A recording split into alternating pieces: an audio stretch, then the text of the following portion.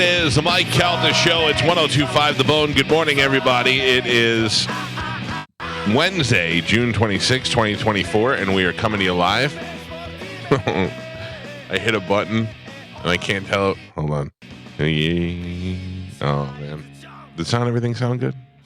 I mean, minus the cutout. Yeah. Right. Yeah. Carmen said that's not affecting anything over there, so. Hi, Carmen. Good morning. How are you? Good. How are you? Spanish has a new nickname. It's called low-grade Spanish. Spanish is not here today. Joe, you know this is going to come on you somehow. I know. I know. Well, I will give Joe props that Joe was here before the show started. We bet. Yeah, We bet because on Mike it. said to me, he goes, well, what do you think with Joe? And I go, oof. I go, I'm going to say 6:08. I'm going to say he's here, but he's late because he didn't know until, you know what I mean? Like one of those. He's scrambling to Uber. Yeah. What Did you have to Uber, I Joe? did. Yes, I did. What did this Oh, guy wow, say? nice. What did this guy say? Joe? You said that he would be on time. On time. And you were. Seconds later, you walk through the door like a champion. Mm-hmm. That's A my lot of guy. times when people say Joe, is oof the first thing? Is that usually a normal reaction? All right. Now, yeah. Joe. Oh, I just had a question. Was Spanish home? Oh, we're speculating? Oh, listen, I have questions. Okay. What are the questions? Was he home? Yeah. Yes. Okay. Are you sure? Yeah. Well, yeah. There's a lot of people there, man. He could get lost in the shuffle. No. I mean, last time you thought he was there and he wasn't. Yeah. No. He thought he was there. That's true. That's true. Okay. My bad. That was the front door. I'm home. Clearly a gate and birds outside and everything. We're like, Yeah, that was weird. No, okay, so you saw him come home, or you know he came home for sure? Yeah. Well, I checked my Ring doorbell this morning. I was already in bed by the time I came in. oh, late night. Oh, he was. Yeah. I mean, I don't know where he was or what he was doing, but yeah. Interesting. But wasn't How- the text that we got that he was up all night with a Low-grade fever and diarrhea? yeah, right? Yeah. What time did he get home? All right. Hold on. Let me just tell you, while you're looking that up, Yeah. I want to tell you on a regular basis, I watch Jeopardy. It's over at 8 o'clock. I may sit up with my wife for another half hour watching TV, and then I go to bed. To be able to get up at 5 o'clock in the morning every day and be refreshed and ready for the show. Oh, I'm in bed by 9:30, no matter what. Yeah, I mean, there are days like when 9:30. Yeah.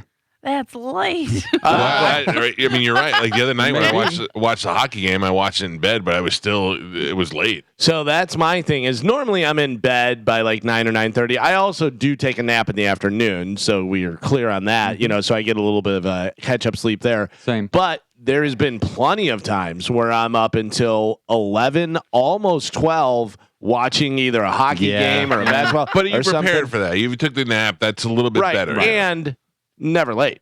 Never late. Never. Never. Well, because you're watching it at home. It's not like you're going to the bar to watch it. running around. You're Yeah. at your buddies. You know or- what, Carmen? I wouldn't do that. Yeah. I wouldn't do that. Not on a work night. No, certainly not. If I'm still up and it's like 11, I start to go, oh, man. Like I start to know. panic. Yeah, so like I need to I be get asleep right anxiety. now. Because And then it makes you stay awake. Even if I'm longer. laying in bed, I'm like, oh, my God, it's 11. I'm still awake watching this stupid yeah. show. Because there has been lightning games that I've gone Yeah. to during the week that you're like, I got to go to this game. Or a concert sometimes on a Wednesday or Thursday. And I'm like, I really want to go to that. And, you know, I'm still up and I'm like, all right, but I got to get up and get to work. Remember when we all went to the Kevin Smith movie set and we stayed up all night and yeah. then came Oh, here and did the show? It would take a lot for me to do something that would keep me out late. I mean, we left Sarasota. It was like 3:30 in the morning. Yeah. And we sleep in the Sprinter or something. something, Yeah. Not only late, but bugs, too. A lot That of was bugs. the most. I still have nightmares about it. That was the most bugs I've ever been around in my Yeah, life. it was too many bugs. That was ridiculous. So he came home like at 11 o'clock last night. 10:45. Okay, and we don't know That's where like he a was. game or something. Maybe I don't know. I mean, I didn't ask him what he was doing, but yeah, that's That's borderline. Yeah, I mean that's late. 10:45. Yeah, that Get is- home at 10:45, That's a long trip from Sarasota. and then be up all night with the low grade fever and diarrhea. Low grade. What is low grade? Listen to me. I don't know. 100. It's, Normally you're I 98. think below 100 for him. I mean, Normally you're 98. So if you're up to 100, that's low grade. If you're a 1 you or think 3 he or took something, his temperature? No, yeah, Come on. I don't think he took his he's just, temperature. he's just throwing out words. Yeah.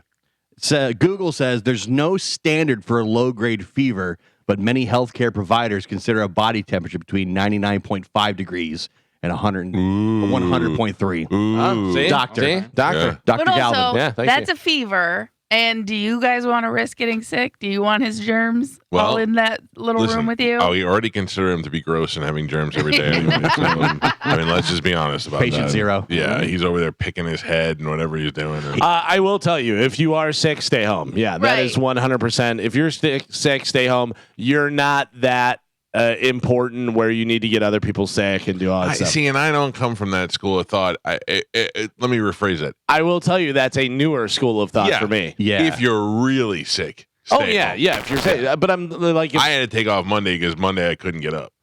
yeah, like if I was all congested and sneezy and coffee and stuff, but I was like, I can still come in. No, that's then gross. it's yeah.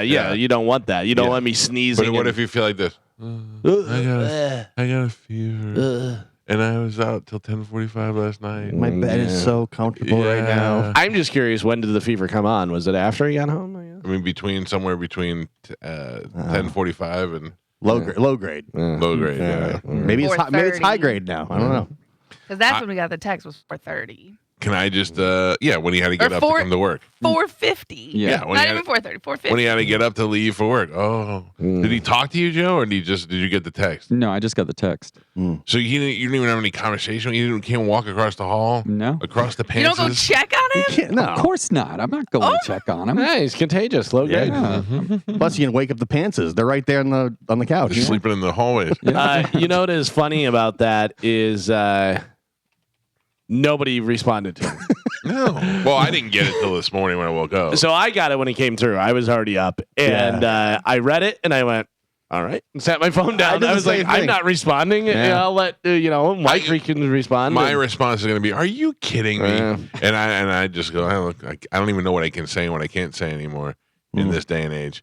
If you think in this time where people are getting laid off and people are fighting for jobs, and this show having 6 people on it that they're not looking to make a cut somewhere, if you think this is the time to take off, especially with your recent history, I'd sit here through diarrhea and a low grade fever. If you came in and said, "Hey, I'm here, but I'm not feeling great. I'm gonna have to run back and forth to the bathroom," I'd be like, "Go crazy, do it." Nobody does that anyways. But yeah, that's true. That's true. We wouldn't even notice. But I will say this: if he came in and he was all, That's different. we'd Yeah, go, you'd be like, "Get out of yeah, here." That's what we call 100%. sick. Yeah, Yeah. 100. Yeah, but him sitting over there just picking his scabs and whatever he does. Wait. Come on. Pretty sick. I don't know what he's doing. Well, all right. Yeah, guess it is that's a little sus whenever you come in just before 11 and then you're sick after that. Yeah. That is true. And you were fine the day before. Yeah, that's true too. Fine the day before. He has to know, though, that all the speculation is going to happen. Sure. I would come in just to avoid that. I would come in and leave before I would not come in. Yeah. You know, I don't know. I'm not a tyrant, although I'm sounding like one on the air right now. I'm not a tyrant. If you are sick, like if you called me and said, a couple weeks ago, you called and said, "Hey, Friday, I think we're gonna go camping. Can I take off Friday?" I was like, "Yeah, of course. Do what you got to do. You got to spend time with your family." If he'd have called me at 7:00 last night and said, "Hey, I'm in bed and I don't feel good," of course, take a day off. But if you're rolling at 11:00 and you have a low grade fever, Morning of, get yeah. out of here. Joe, Yes. to your knowledge, Yes, Michael. was he up all night with diarrhea? Not to my knowledge. Like I said, I was in bed at 9:30, and There was no rattling in the bathroom. no, and Christy Doesn't and I wake were you up. no, and Christy and I were up for an hour or so. Doing it, doing stuff. touching each other's uglies. Yeah, pretty much. Oh, with teabag right there teabag on in the the Oh, couch. yeah. And you can hear everything in that house. Makes it hotter, Joe. That makes it hotter. You get the No, the kids across the street. Oh, the kids don't hear Across anything. the street. Across the hall, the 5 mom's on feet the away. couch. Yeah, ew. Little respect. Wow. All right, it's beautiful. I mean, Oh. Joe, think about it. Yes, Michael. How great would that situation be if Spanish was out and the mother got to have her own room? The mother has the room, the daughter has the room, you and the face in the other room. Yeah. I mean, that's how it should be. Oh, I mean, yeah. So you're saying Spanish is ruining everything? No, You no, I'm can't not. say the thought has not crossed your mind about Spanish leaving, and then TikTok.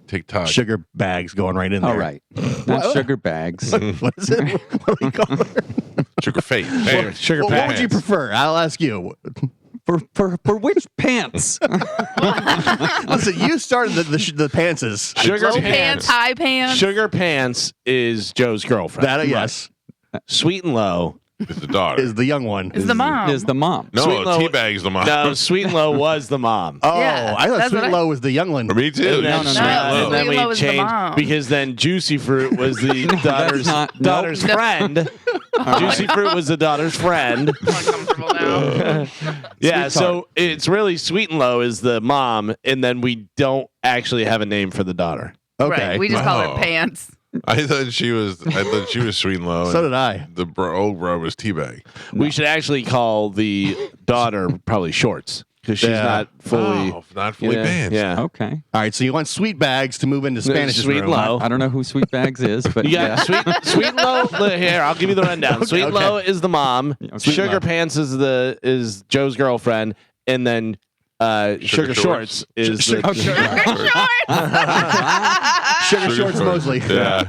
All right, so Sugar Shorts has her own room. Yes. Sweet and Low needs her own room. yeah. Sweet and Low's on the couch right now, but Sweet and Low may get low grade fever. Well, I mean, you know. Have you ever thought about telling Spanish to move to the couch? Oh yeah. One Yeah. step I'm gonna closer tell to him the this door. afternoon. One step closer to the door. What's in the attic What do you? Well, I have besides LaDante? I got Old a very baby stuff. yeah in the garage, but I have a very low profile roof, so there's not really a whole lot of space. Low up grade there. roof. It's a low grade roof. Yeah. Green roof. Oh yeah, so that stinks, man. Yeah. But I guess you're stuck with him then. Well, for now, I mean, you have a lot of yard to build an addition. I do. I'm kidding. I do. That's gotta be tough. You can't kick him out, but you want to kick him out because you got a family now. I mean, the saying that you want to kick him out is the first step. Right. Because you guys have been like, no, I told Anthony it was fine. It was great. It was fine. And now it's like, I mean, it was fine, but take the hint. It would not suck if he decided to move out, right? Not for me. No. Yeah. Yeah. See? Yeah. You know. Oh, so you're ready for him. Yeah. I didn't say that. I can tell. Yeah. All right. You know, You might as well have. I think really the best move is Spanish to the couch because that's closer to the door. Yeah. Yeah. And then Baby steps. Sweet, All his bag- Sweet and Low is a little more permanent. All Spanish stuff is in bags by the door. Right. Yeah. Can I make this bold statement that I'm sure everybody's thinking in the back of their head? Shark is making Spanish soft. Think so? Yeah, I mean, he Is he making himself or is he He's pulling allow? out. He's pulling is he out al- his soft side. Yeah. I was gonna say, is he allowing it to come out? Because I hear a lot of you got to make time for yourself. Yes. Oh. Work Yes. isn't. It's your- okay to work take a isn't day life. off. Work isn't life. Yeah. Life is life. Right. So if you want to hang out with your friends until 11 o'clock and, then you don't feel like going to work, just say you have a low grade fever. Right? Brings balance to your life. Yeah. Let me just tell you something. This is Carmen. You're gonna love this. No, My wife and I were talking about my wife. finances the other day, and we were like, Thinking about getting another refrigerator.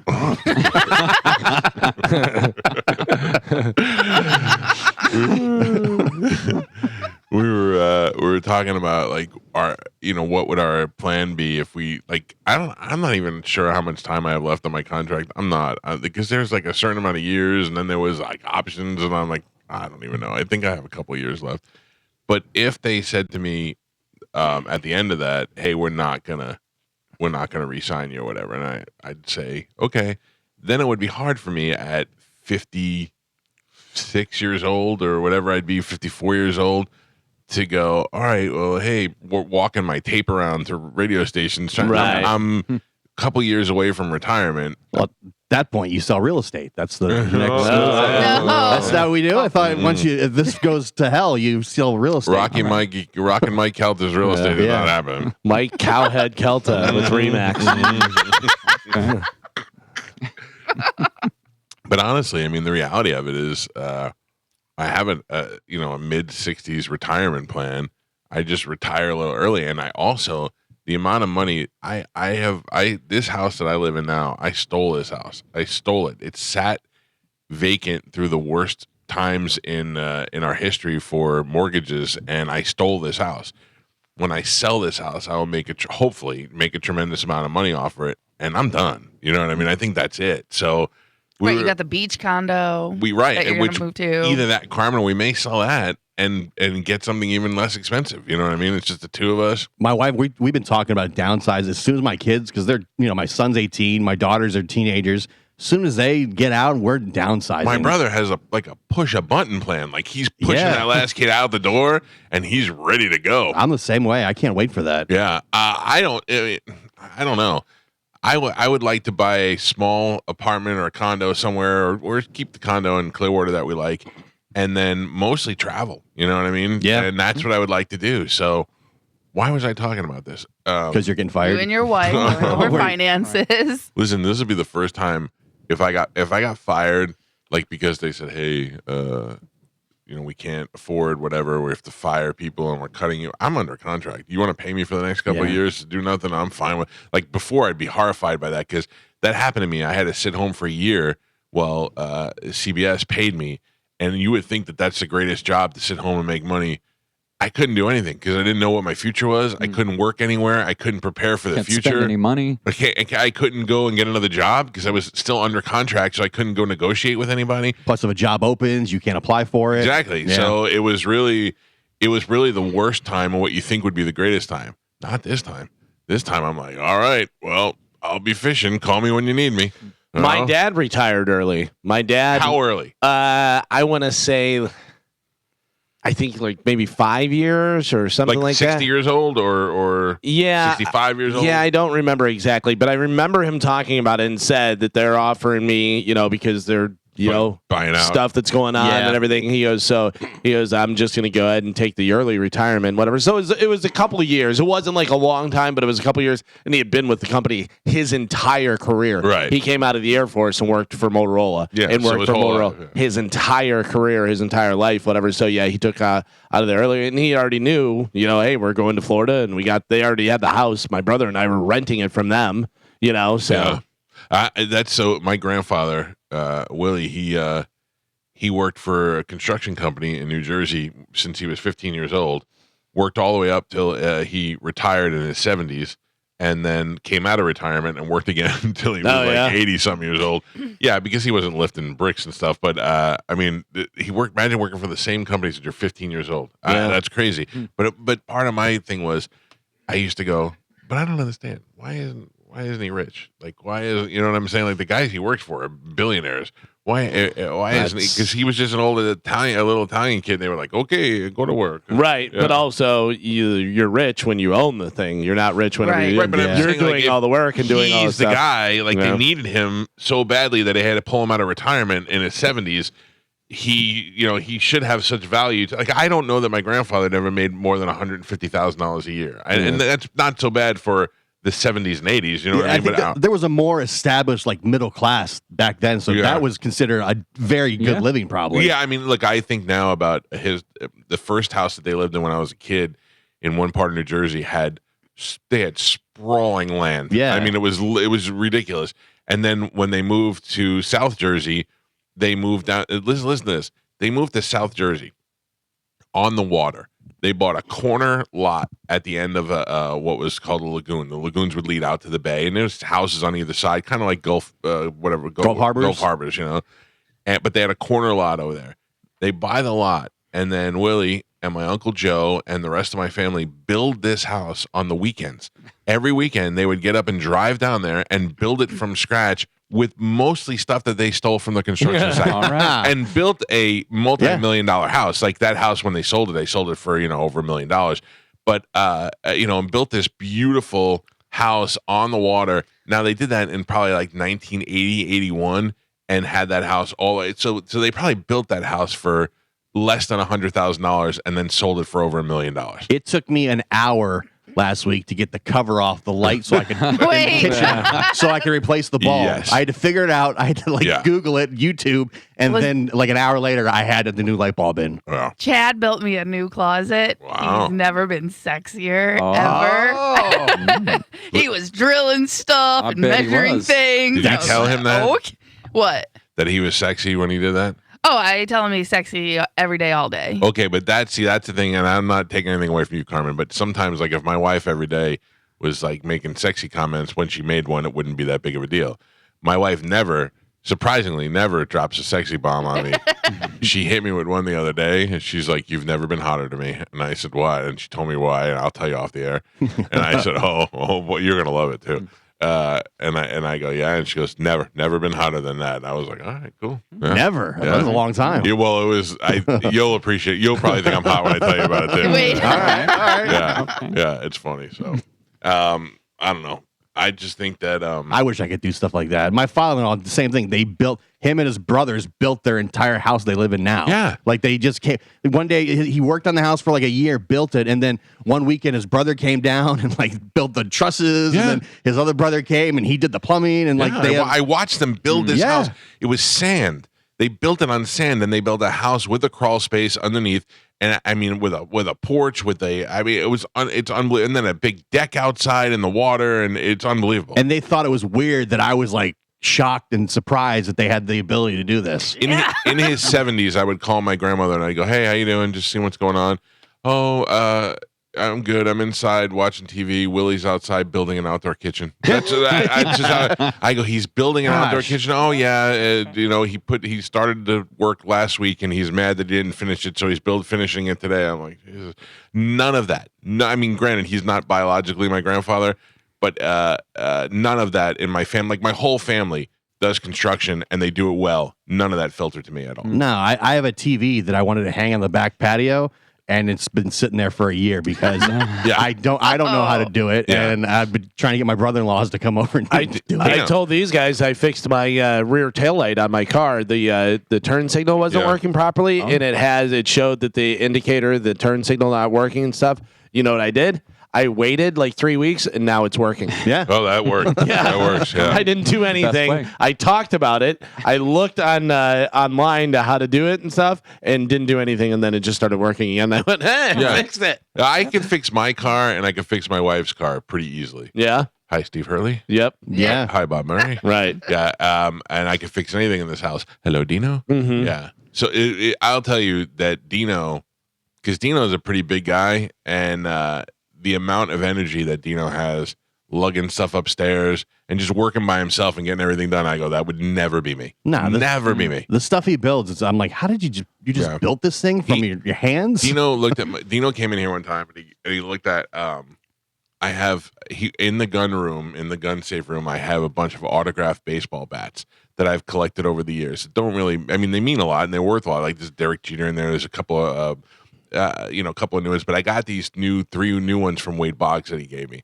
And that I was like, I have to make sure that these are prominently displayed and taken care of and all that. And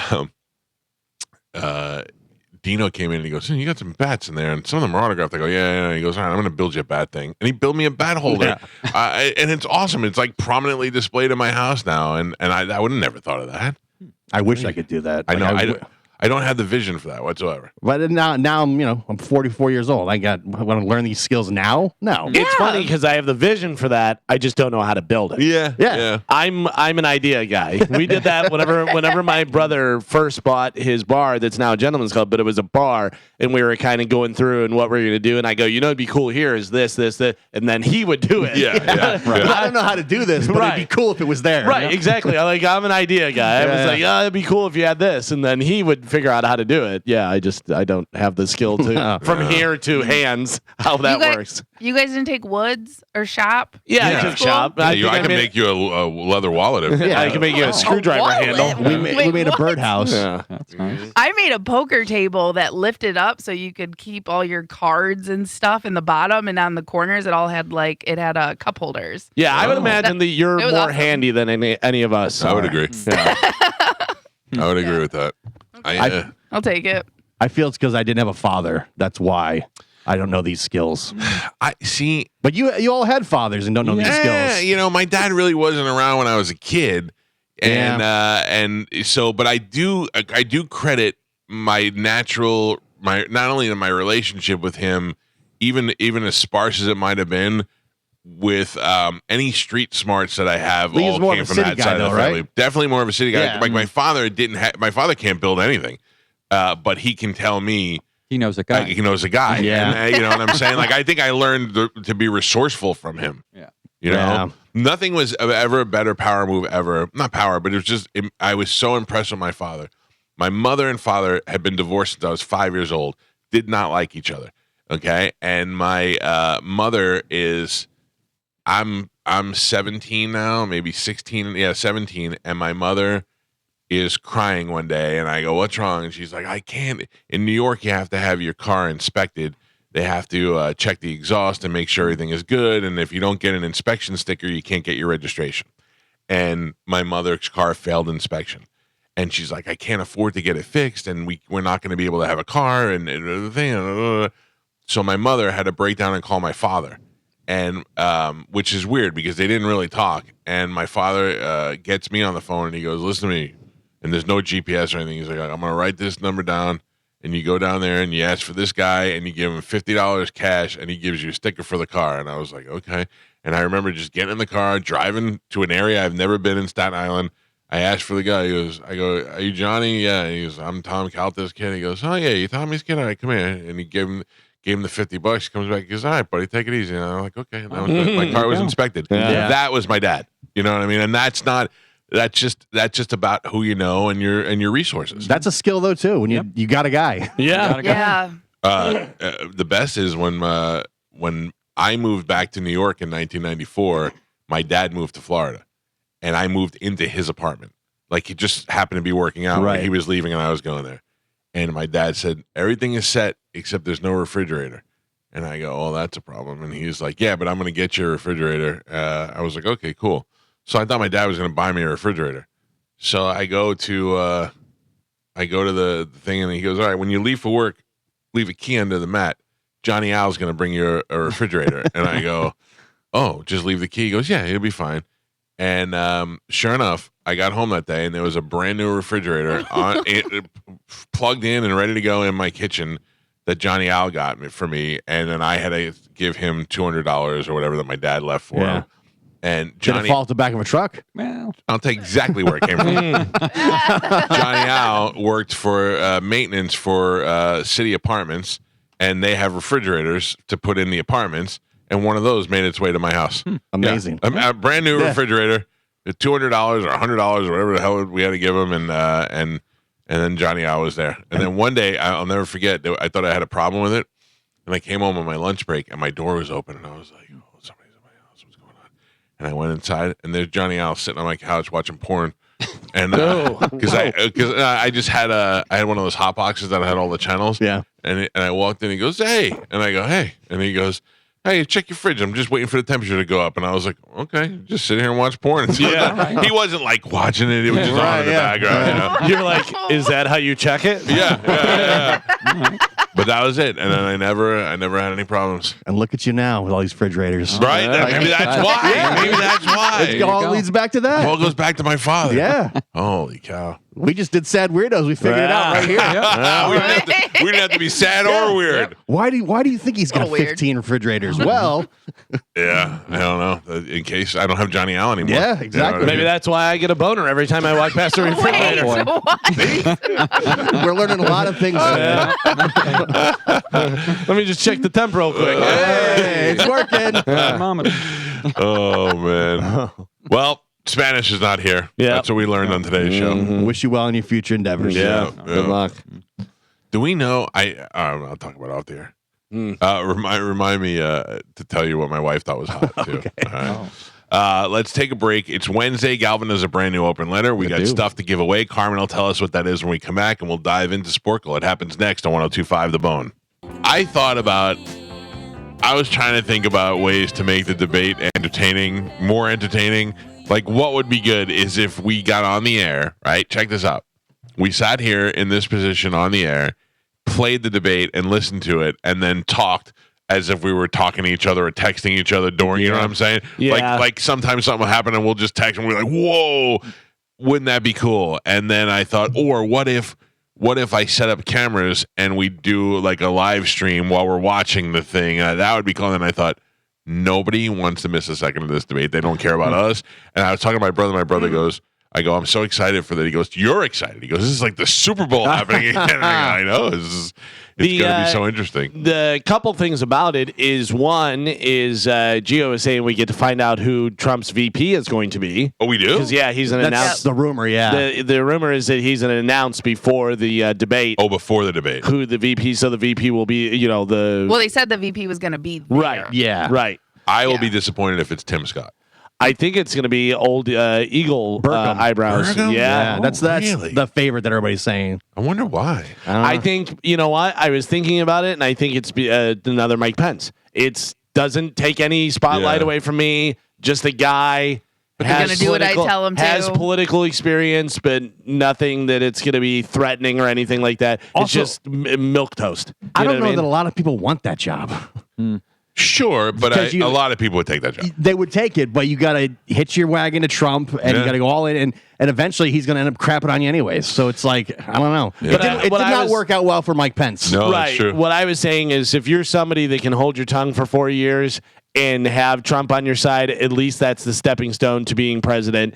Is you were vice president and then Trump puts his support behind you and you get that push, whatever. We're looking at that vice president to most likely be the candidate in 4 years to be president. Right. That's what I'm saying. Oh, Eagle Brows. I don't know if that. I don't know. I guess we'll find out. Yeah, I don't know whether he's necessarily going to be, but if you don't rock the boat and do anything, and Trump's like, yeah, he's a great guy, and all my supporters, I want you to support him. Then you have that. You have vice president and Trump's support behind you. Let me put it through the final meter. This is where I decide if somebody's going to become president. You ready? President Burgum. Okay, it's possible. Yeah. It's possible. But I knew for sure when I went, President Huckabee. Never happened. Never. We're never going to have a President Huckabee. It's just never. It's never going to happen. It's as if we went back 100 years. Before Hoover, Harding, Huckabee would have been fine. Somewhere now, it doesn't. There's no room for Huckabee. So is Obama just a complete thrown off because the first black president and Obama, was that just total anomaly? First black president has to have a name with black roots. Yeah, you know what I mean. And really, the one thing that he had was Hussein. That was bad for him. Yeah. Obama, not that bad. It's just like Obama, O'Hara. It was almost but Irish. also at the same time as Osama bin Laden, which Joe Biden had trouble with. But not saying Osama doing that whole thing, whatever. Just that whole thing was like, oh man, that's so similar. And Hussein, and then you have Can you imagine them being in the White House? Joe kept accidentally calling him Osama. Hey, Osama. Right. Joe, come on, Joe. Yeah. Come on, Joe. Come on, Joe. All right, Carmen, what are we giving away today? We have tickets for Michael Carabonaro. Executive producer? It's an inside joke. Go ahead. Doobie Brothers. Doobies. New Kids on the Block. 30 Seconds to Mars. And Monster Jam. We don't have any of those Copa America soccer tickets? No, we are giving those away, though, out at Cinco Soccer. I'm going to be out there on Saturday. What is Cinco Soccer? Cinco Soccer is a facility that has small fields out there, and then they have a bar restaurant there, and then they put the big inflatable screen up so you get to watch the game. Argentina will be on Saturday, and I'll be out there. We're giving away Messi jerseys, Messi Funko Pops, tickets to go see Copa America over in Orlando. Yeah, so a bunch of stuff happening there. Grab me a Funko Pop. Yeah, I mean, that's one. There's one giveaway. There's Yeah. only one. Yeah, One. Michelob Ultra. It's the ultimate watch party. Yeah, so you can come out there. I'll be out there at 7 o'clock on Saturday, I don't have a Messi. 7 p.m. Well, All I'll right, see. go Cinco I'll put your name in the box. We'll see what we can do. Where? I'm sorry. Where is it? Cinco Soccer is it's kind of Tampa? Yeah, it's in Tampa. It's up kind of near the Hard Rock. Hang on. Oh, okay. Because I had never been there before. It's on Henry Road, if you know where that is. But I went there and I'm like, where am I going? And then all of a sudden you see it and you go, oh, okay, here, I know where it is. So it's 5305 Henry Avenue in Tampa. And I'm looking on the map to see what it's near. It's I have a feeling that I'm going to go to the Hard Rock this weekend. Yeah, it's not too far. It's just down from the Hard Rock. It's not too far from the Hard Maybe Rock. I will stop by, put my name in the box, watch a little soccer, and then head up to the Hard Rock. Do it. I have I have an entirely free weekend this weekend. Yeah. Yeah, my wife and my daughter are going out of town. And I actually said to my son, do you want to go fishing on Saturday morning? And he said, yes. And I went, oh. Wow. And then his friend Jay was there. I go, Jay, do you want to go fishing? And he's like, yeah, I'll go fishing. I'm like, me and the boys are going fishing Saturday. I go, what are you doing Friday night? And they were like, nothing. I go, why don't we go out to dinner Friday night? We'll stay at the beach and then we'll go fishing Saturday. And they were like, oh, yeah. I was like, I looked at my wife. I go, this can't be a better weekend for me. And then the goddamn fishing is all filled up. Oh, I was like, damn it. Son of a bitches. Don't forget, also, UFC 303 is on Saturday. Yeah. Which we were supposed to be at. So, all right, ladies and gentlemen, let's give some stuff away with a little bit of Sporcle. Here we go.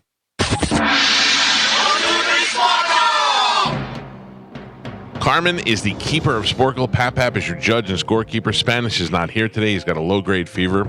Soft. Sad weirdo. Carmen, what are we playing today?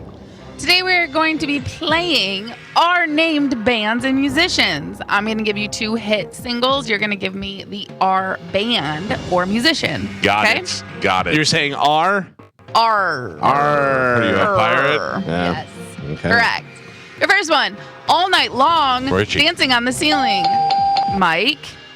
Bless the broken road, fast cars Reba. and freedom. Rascal Flats. Mike Calta. Oh, man. Well, you with us, Gio? Bulls on Parade. Rage Against the Machine. Galvin. Ah. Die a Happy Man. Marry Me. Die a Happy Man. Marry Me. Thomas Rhett. We use him in Redneck Bingo quite a bit. Yeah. Your next one, driver's license. Rihanna. No. God damn it. I know Rodrigo. Galvin. How do I live? Can't fight the moonlight. Rhymes. Jill loves her. Jill loves her. She's great. She's got posters all over his wall. Yeah. I'm too sexy. Right side Fred. Galvin. Listen to your heart. The look. Roxette. Mike Calta. Me, myself, and I. Meant to be. Me, myself, and I. Meant to be. Rihanna. BB Rexa is who I was looking for. Only girl in the world. Rihanna. Umbrella. Mike Calta. Oh, man. And Pap, we're halfway there. Spanish is not on the board. He has a total of 0 points. Gio with 1, Galvin with 3, and Michael is your leader right now. He's winning with 4. All right, we are doing our named bands and musicians. Your next one, Tom Sawyer. Rush. Mike. Wagon Wheel. If I Told You. Reba McEntire. Wagon Wheel. If I Told You. Is Rucker. Hootie? Yeah. Yeah. Something to Talk About. I Can't Great. Make Mike. Upside Down. Endless Love. Ross. Upside. I was like, it's starting. Said line original. I start No. singing this song in my head. I'm like, endless love. Point Galvin. Your next one, Islands in the Stream, The Gambler. Galvin, I know that. You're No Good, Somewhere Out There. Ronstadt. God, I couldn't think of it. Damn it. I'm like, it's Van Halen, but it's Ronstadt. Yeah. Galvin, Walk on the Wild Side. How do you... Galvin, The Dock on the Bay. Ready? Try... Galvin? No. No, that was Oh, Mike. Mike Calta. Yeah, that was I didn't Mike. hear Mike finish. Sorry. I just heard him start. Okay, Mike Calta. Losing My Religion. R.E.M. Mike. Police. Fake Plastic Radiohead. Trees. I couldn't hear it. Yeah, neither could I. We all heard it the same. Galvin. He's right. Ruby Soho. Time Bomb. Rancid. Mike. Under the Bridge. Red Hot Chili Peppers. Galvin. You can always tell the one Galvin's been waiting for. Your next one. Can't fight this feeling. R.E.M. People like, ah! Mike That was the one I was actually waiting for. and Pat. Oh, damn it. We are on the last three. Spanner still at 0. Gio with 1 single point. Galvin with 9. And Michael is your leader by 1. He's winning with 10. Oh, tight. Tight. All right, last three are named bands and musicians. Here we go. Unchained Melody. Breakfast Brothers. Galvin. My Adidas. Run DMC. Mike. I need this Last one. one. I need it. Am I out? 11. Needs it. You're Nope. out. No, you're still in. You can block. You got me. What they do. You got me. What they do. Our bands and musicians. You got me. What they do. Rocka. I have no. I don't know. The Roots. They don't have any. The roots of what they do when you rock. Your final score, Gio with 1 single point, Galvin with 10, and Michael is your triumphant champion today. He won with 11. Now, is that 3? That was good. That was tight. No, that's 2. You 2. won yesterday and today. Okay.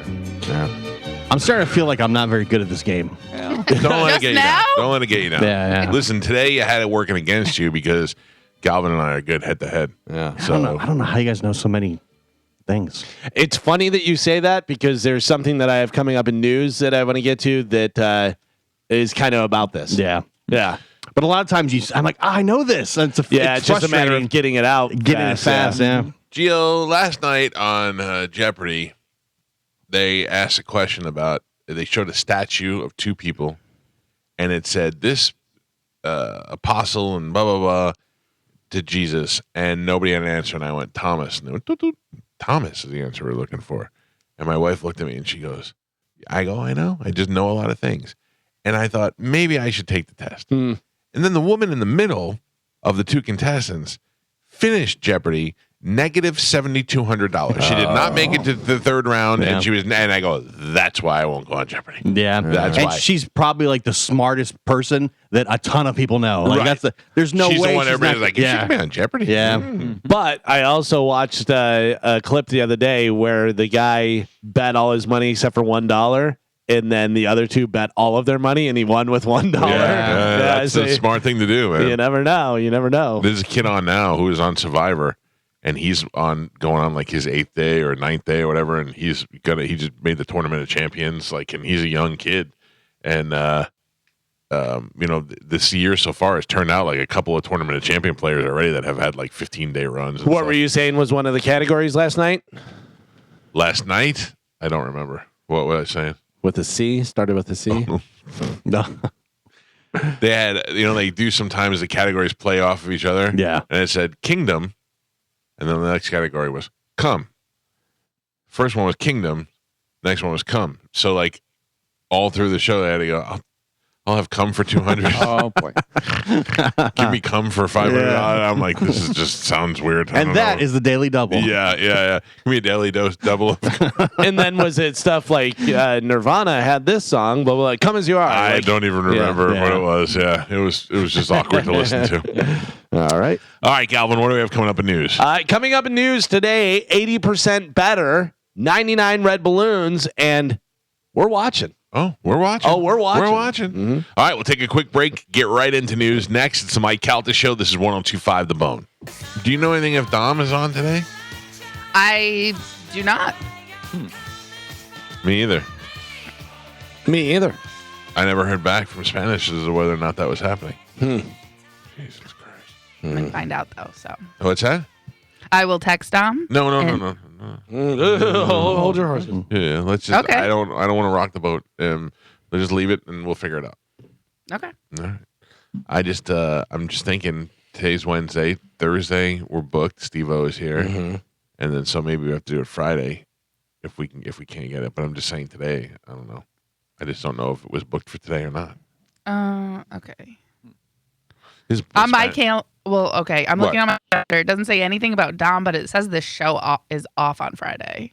Yeah, because I was supposed to be in Vegas, remember? Oh, gotcha. Okay. But Conor McGregor is out, Gotcha. and I'm not going all the way to Vegas. You were saying you are free this whole weekend? Yeah, I feel like you're gonna be like, can you help me clean my garage? No. I am going to be going to see our friend Pinky over at Brass Mug. Who's there? Native Sons. Oh, Check out Native Sons. Put it in your little box there and figure this out. don't belittle my Spotify. So they are some of the guys in the band were in Saliva and other guys were in Tantric, but they're kind of a cool like blues based rock. Like play the first song off there is good. It's good stuff.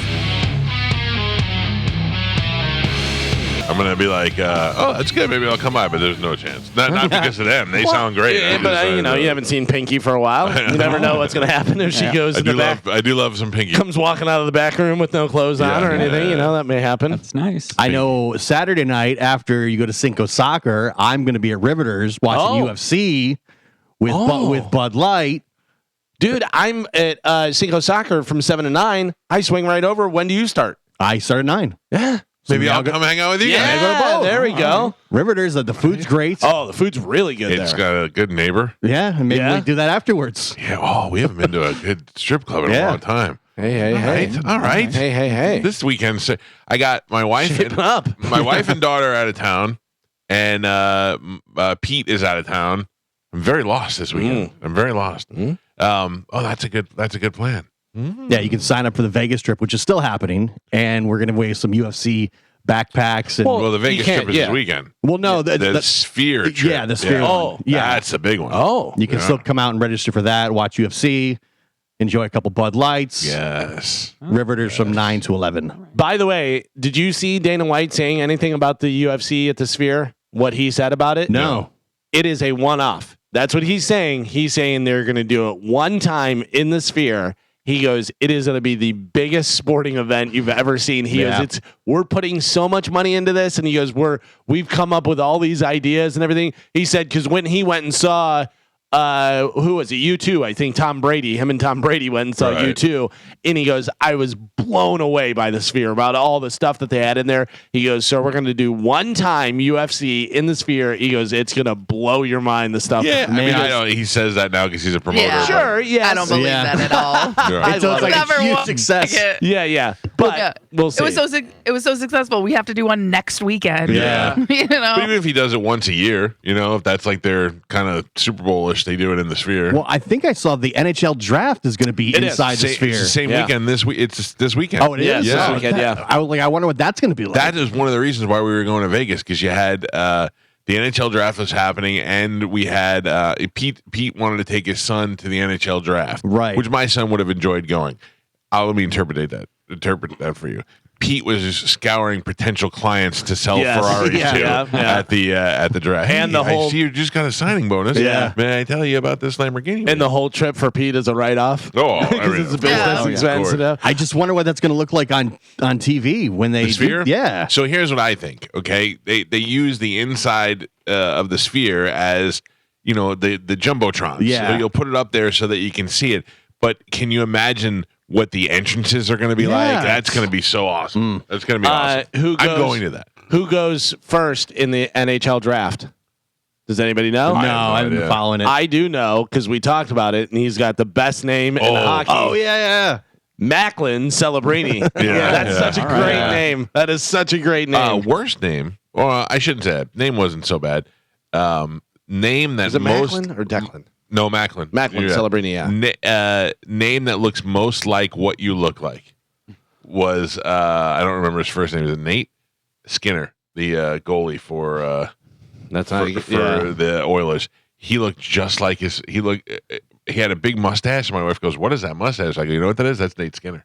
Yeah, that's what it is. That's what it is. Also, 25 years old. Yeah, but he looked those playoff beards and mustaches make you look like an old man. But also, don't you always assume goalies are like 40? The old ones. Yeah. For some reason, goalies always seem older to me. They look like just monsters when they're in the goal. In my head, when we won the Stanley Cup the first time, Nikolai Habibulin was drinking and smoking a cigarette while he was goaltending. Yeah. Wait. Don't worry, vodka. By the way, it's Stuart Skinner. Stewart, that's Stuart even Skinner. better. Yeah. Even better. Yeah. I don't know though. When I see Vassy, he looks kind of like a kid. Well, he does. Yeah, he's got baby He's face. young. And a lot of them do, but for some reason, I just always assume the goalie's the oldest guy on the Yeah. team. You know, I don't know why. I think they're the youngest because they're the most limber and Yeah. everything. You know, you see the way they move and they're super flexible. Can you think of a job you would want less? Listen, you're making millions of dollars if you're good and stuff, but do you want these guys shooting an ice puck at you at 90 miles per hour? You know what I mean? Like that. Crazy. 90's a slow one. Well, yeah. I'm just saying, like, average, you know. It's got to be the hardest gig in all sports. I Yeah. can't think of any position that's tougher in all the sports up, down, than split, that. right? Yeah. The anxiety of And that's the gonna be little crazy. tiny puck is this big. And Now- you save 20 and you let one through and you're an idiot. Scumbag, yeah. Oh, you couldn't stop that? Come on. Hot- And no matter how it breaks down the defense and this guy fell down and everything else, Right, it's it's all always on the you. goalie. Yeah. hockey goalie or soccer goalie? I don't know how soccer goalie's a thing. Well, I That mean, thing's they huge. can't. It's you can go above their head. You Yeah. can go- that's ridiculous. So yeah, it is crazy that goalies ever stop the ball. But no offense, because I think your daughter played goalie. She did, yeah.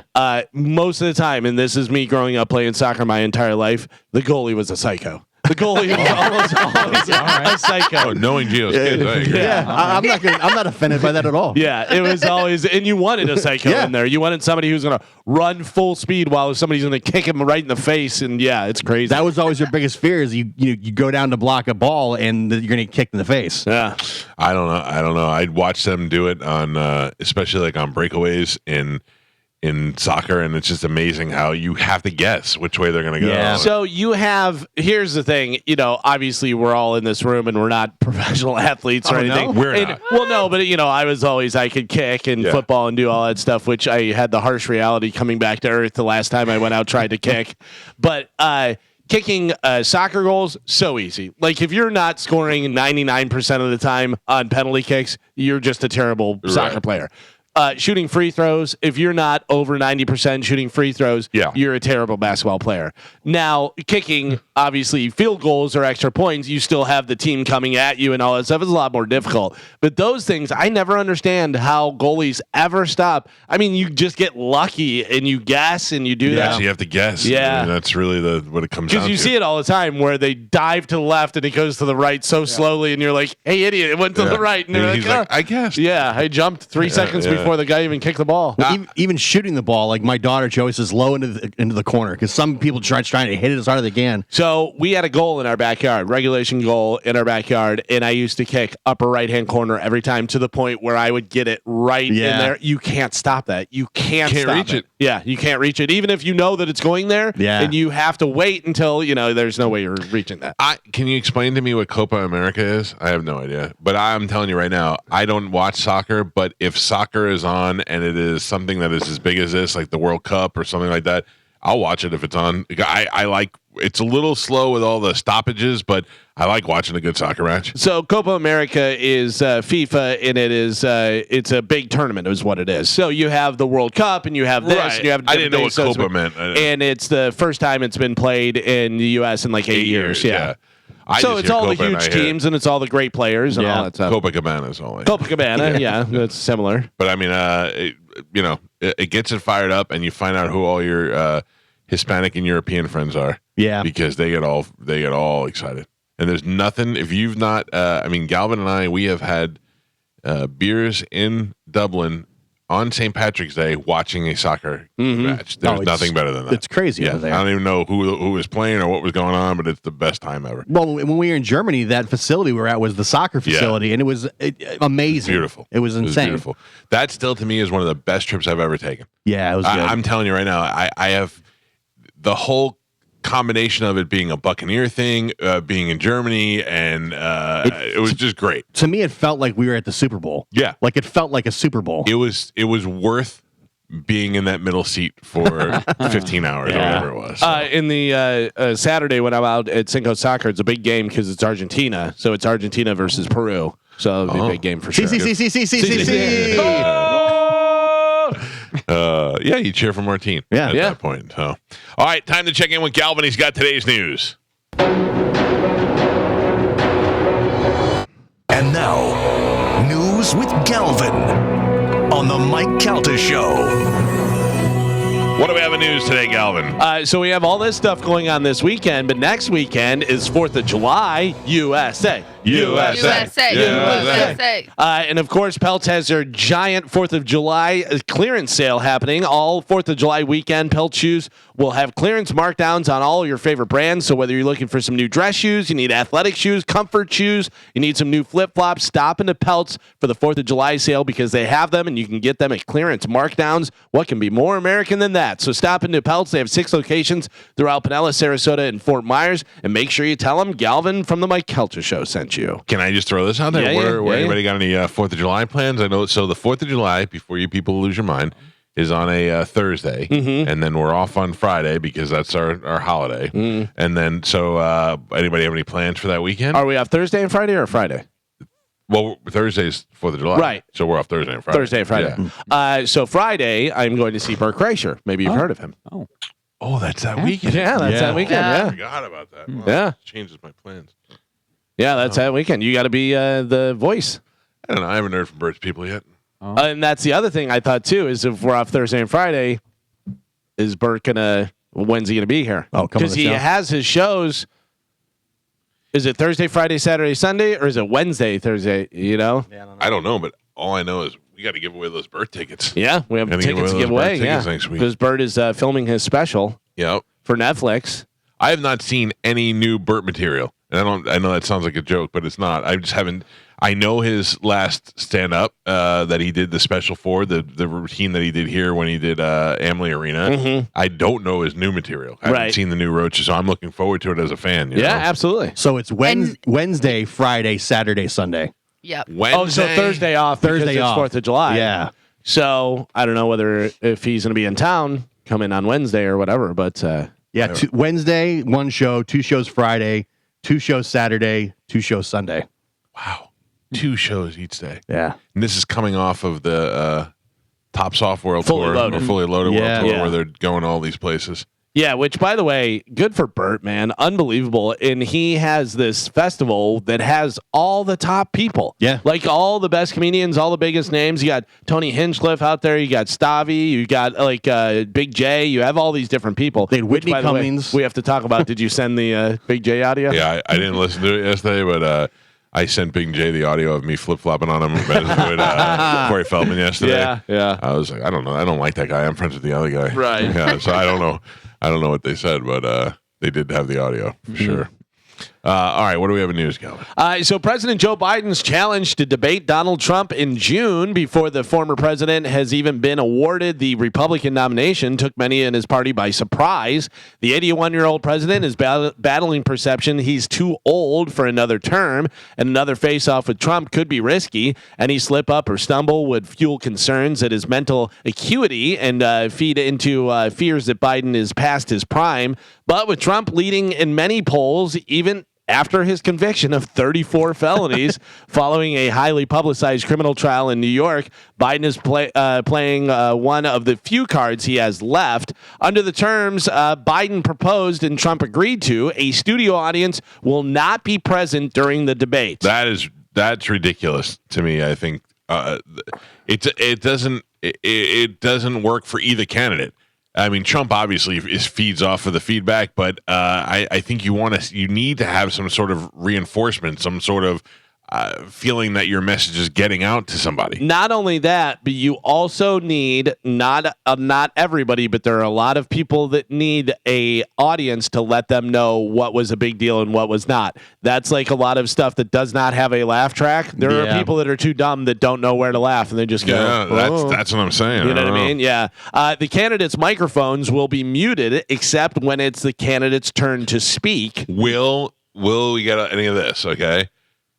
Oh, lies. Yeah. Oh, yeah. He leans over and gets louder. 100%. I think You that's going to have to happen. imagine. Yeah. That's great. It's going to be so funny to watch when their mics get cut off and they keep talking. Right, and they said that they're just going to have a notepad out there and a bottle of water. Yeah. They can't have anything pre-written or anything like that, So there's a bunch of different things that they have. man. It's so funny that you think it's just guys walking out to a podium.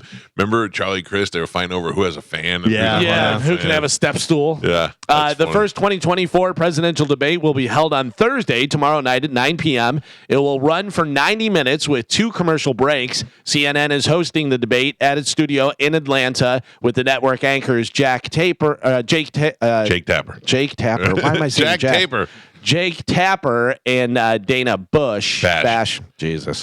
Moderating. I'm not going to be moderating. You're so you don't not. have to worry about it. So Somebody mute my microphone. 2 commercial breaks. How awkward. Yeah. 2 commercial breaks that they're going to rush out. And Yeah, but- sit there with their candidate and they're so close to each other. I bet their team runs out and tell them Yeah. what they're. It's just like a boxing match. Yeah, wipe their brow, Yeah. fix their No. tie, The yeah. shoot them with Adderall. Do we think Trump will do the weird water bottle thing? Remember that when Oh, he yeah. drink it That was weird. sideways? Will Trump be mean to Biden, like you said? Like I see him in the Yeah. rally where he was like, "Should I be mean? Should I be nice?" I mean, he's got to intimidate him right out of the gate. Yeah. This is sound like a UFC fight. Does he say anything about Hunter? Oh yeah, because he's gonna bring up criminal and he's Right. a convicted criminal Yeah. and it's gonna get out of hand. It really is. Remember the first debate of Trump and Biden last time where they were both just screaming and yelling Yeah. at each other and nobody liked it. Everybody said it was horrible. Yeah. Let me ask you this, okay? Let me just run you through some things real quick. Trump showed up in his debate against Hillary with all the women that accused Bill Clinton of rape. So good. Okay, that is one of the greatest power moves I've ever seen in the history of any debate, any matchup, anything. No matter what side you're on, you got to agree that was great. Would it ever come down to the two of them getting face to face, like a pushing or a shoving? Now I know that sounds ridiculous. I don't know. Let me ask you this: if Trump and Biden got face to face and Trump shoved Biden or smacked them or did something like that, that would be. He would hands down win the next 5 elections. Like he goes full Will Smith and just use something, smacks. pokes him in the chest or something like that. Do you think so though, or do you think that a lot of people are like, first off, you just smacked a president? Yeah, I know. Second, But it's a president smacking a president, so they're almost only like it's a they're allowed. former president. Yeah, but they're smacking all a in president. Yeah. They're allowed to do Yeah, that. they're allowed to do that. I think that's only in the Oval It's Office. like the N-word. And then also, you're picking on a guy who is feeble, Yeah. and They're both similar in age. They are similar in age, but they're not similar in Joe Biden physical claims ability. that he's just fine. And I think the Democrats would have a field day with that because they'd say, look, Trump can't even handle his cool on a debate stage. You're going to give him nuclear codes. Okay. He's going to run the country. Let me show you the other side even of that. Biden got My to him. president's willing to get his hands dirty. He's willing out to go in there and use his own hands to get the job done. Yeah, I'm telling you right now. Trump, I mean, it's never going to happen. Trump puts his hands on Biden in any way. Oh my God. This is WrestleMania. This is WrestleMania. It would be wild. If Biden swung first, Oh! and And he slips and falls. DJT slips him, and gets him. Or Biden swings and misses, and Trump goes, "Look at this! Look at this! Look at this!" Oh man! Obviously, none of that's going to happen. But boy, would it be something! I can't even say none of that's going to happen because you never know. A lot of people said I should have hit him back. Yeah. I looked at him. I said, should I hit him back? I don't know. I wonder how juiced up Biden's going to be. Oh, totally. Like juiced. for whatever reason, when he does like the State of the Unions, he holds it together. Here's why it's okay for the State of the Union. You don't know when the State of the Union happened. He could have took him 6 hours to record that, and then they presented it to you as live. He's there in the chamber with all those people. Yeah. Oh, the State of the Union. I'm sorry. I thought you meant like when he's addressing. Oh no, those are no. But when he does the State of the Union, the State of the Union is one of those Disney robots. Yeah. From the That's what I mean. He looks so when he gets hit with reporters with questions, he looks like out of it. But then he's able to pull together for that. Well, they were calling for a drug test before it. Yeah. And I think one of the former White House doctors, I don't know whether it was Biden's or not, but he said, yeah, you should definitely drug test him and see what's going on there. Well, I mean, what is the there's nothing going to be illegal in them. Yeah. And you're an 80-year-old guy that's taking supplements to keep yourself up a little bit more. That's not. But is it supplements or is it, stuff? Adderall is still a prescribed medication. Prescribed, yeah.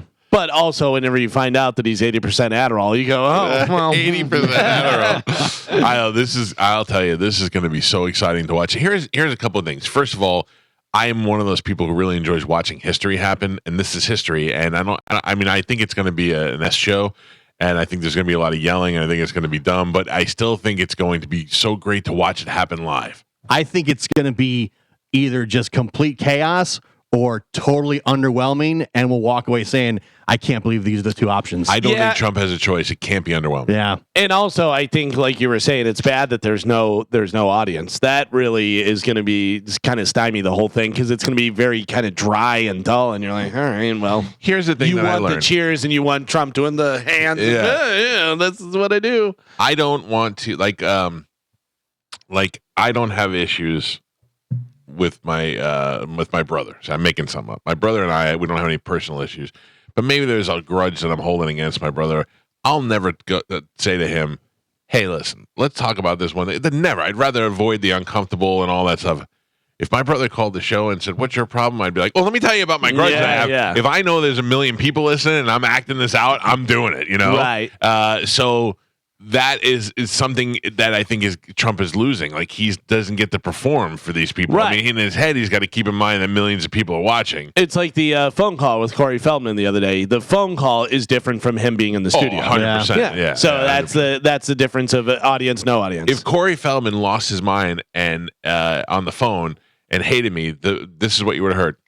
And he would have hung up. If Corey Feldman's in the studio and I ask him a question, he loses his mind, he hates me. Well, now we got a weird situation, because now we're go smash your fruit in the hall. Right. And So you hear him yelling as he's leaving and trying to go out there, and you follow him with the I microphone. was going to say, I'm not opposed to being the one guy who beat Corey Feldman up. You know what I'm saying? So, or got my ass kicked by Corey Feldman. How often do we think Biden calls Trump a convicted felon? I think the whole that he time. has to. Yeah. He has to, because But that's the message he has to send. He knows that opens the door to so is your son. Yeah, but it's different between a guy. Hunter is not running for president. Yeah, I know, but he's going to take those shots. There is somebody preparing for that right now. Sure. The return fire. Yeah. Oh, it's gonna be so exciting. I'm so ready for this, and I hope they do more. I hope this isn't the only one. Well, they agreed to two. Two, yeah. Yeah, one is, I think, right before, like October or something. I don't like Doug Burgum, man. I think that's going to be a letdown. If that is. That's just like all the site, they're like predicting that's their favorite. What if there's one of those last minute surprises where they're like, and my vice president, Tulsi Gabbard, or you're my vice president, somebody else that you're like, whoa, Yeah, we're never Ramaswamy. expecting that. Yeah, Ramaswamy. I think Ramaswamy would. I don't think that's a good choice, but I think that would get everybody crazy. My vice president, Hillary Clinton. Oh, No, Michelle Obama. and Hillary's just over there with a mustache. Sticking with politics, I think my wife's going to be happy about this. Florida Governor Ron DeSantis signed a bill banning the intentional release of balloons. My wife hates I balloons. did see that, yeah. For things like gender reveals and stuff. Kids, Your wife hates balloons? Yeah, she does not. I would fill her room with balloons just to be a She jerk. doesn't like the popping and stuff. Like even like the biscuit tin whenever you pop it open and stuff. I think she's putting on a little bit of an act, but She must be great during 4th of July. she hates it. I remember we were going to go see Kiss, and she goes, "Is there going to be explosions?" I go, "It's Kiss." I go, "They invented explosions. Yeah, it's going to be terrible for you." Kids under 6 are exempt, but everyone else will be fined for littering if they're caught. You don't need to send 8,000 pink balloons in the sky to let everybody know you're having a daughter. Yeah. That whole gender reveal thing has been. I don't mind the gender reveals. It's just that those things. I mean, But I'm the saying like reason the why, over the top ones. Yeah. Like if you cut a cake and it's pink or blue, whatever. But like the guy who squeals the tires and it smoke and then it catches the wildfire and does the whole thing. It's like, all right, just, relax. The balloon thing. Those things. You let them go and you never stop to think where they're landing. Yeah. In the water and It's animals wrapping are up a eating them. duck and this guy's got a bird. Now it's wrapped around his neck and he. Well, there is something about letting a balloon go. Yeah. Just walking outside and going, boop, and then just seeing how long you could see it for. Yeah. The guy's a real hero. My home insurance is through the roof, but hey, Yeah. at least he took care of the balloons. Okay. Listen, well, can I tell you this? Can I interrupt this story for a second? Forget insurance. Well, home insurance is different. Yeah. I'm canceling my car insurance. Oh boy. Canceling my car insurance. Are you a sovereign citizen? It is it really is a scam, but go ahead. My wife got hit the other day Do it, Carmen. What? My wife. Oh. My wife got hit the other day in the car. Her and my daughter were driving. Some kid who was smoked out on weed crossed the line and smashed into the side of her car. Did a significant amount of damage. It's still drivable, but it's very barely because it vibrates and all that stuff. And my wife was not like, "Hey, stoner kid, you're going to jail." She was like, "Just give me your insurance information." They called the police, and the police said, "We don't come out there. Just exchange information." Okay. So the kid gives the insurance. Turns out it's his stepfather's insurance, and they don't have insurance. It expired in April. So now what is my option? I don't know. I don't know whether you have You any have to options. put it on your own insurance. Interesting. Well, my own insurance is going to cover the damages. Right. Now I have to go through my insurance, and I have to rate. My insurance has to go up again. You know what I'm saying? But here's the deal. This kid is high, hitting my wife's car and driving without insurance. We called the police the next day, and they said, "Yeah, there's nothing we can do about it." And that's we're like, crazy. What do you mean? And they're like, "He's driving with expired insurance." And they said, "Yeah, but we weren't out there for the thing. We didn't." I go, we were called called. you, Yeah. and you said, "Don't come out. We don't come out." So now, so I said to my wife, I go, "The option. What are the options? What do you think the options are?" I mean, I would hire a private investigator and go after this guy. Try and find him. Oh, we already got him. Okay. I'm going to tell you one thing. The kid's been pretty good communicating. Like, he doesn't seem to be a bad kid. But the family to be that irresponsible without insurance. Yeah. And now I have to deal with this situation.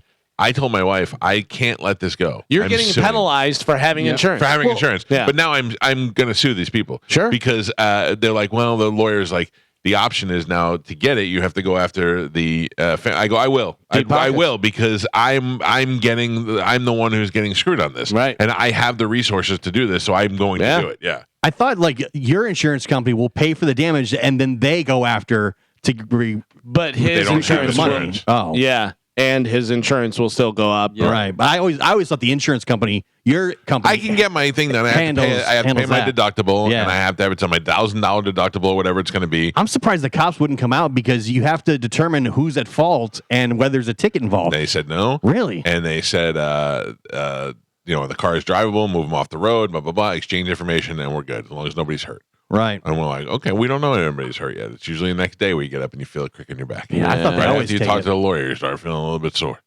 They wouldn't come. And I will tell you that the last time I got in an accident where that crazy woman hit me on Collier, I had to call them 4 times and say, listen to me, she's outside banging on my window and I'm sitting here with my gun on my lap before they showed up. Yeah. I said, I'm trying to be as cool as possible, but if this woman hits my car again, I'm going to go out and punch her in the face, which I did not do.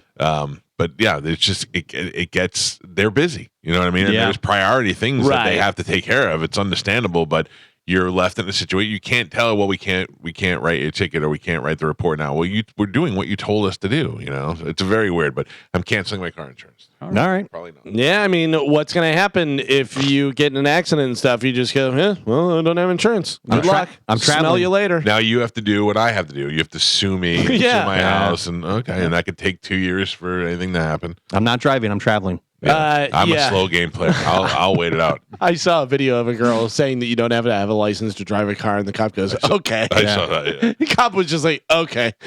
Conor McGregor revealed he suffered a broken toe in training Little piggy went on. that led to his scheduled fight against Michael Chandler at UFC 303 to be canceled. McGregor has not fought since suffering a broken leg in the first round of his July 2021 loss to Dustin Poirier.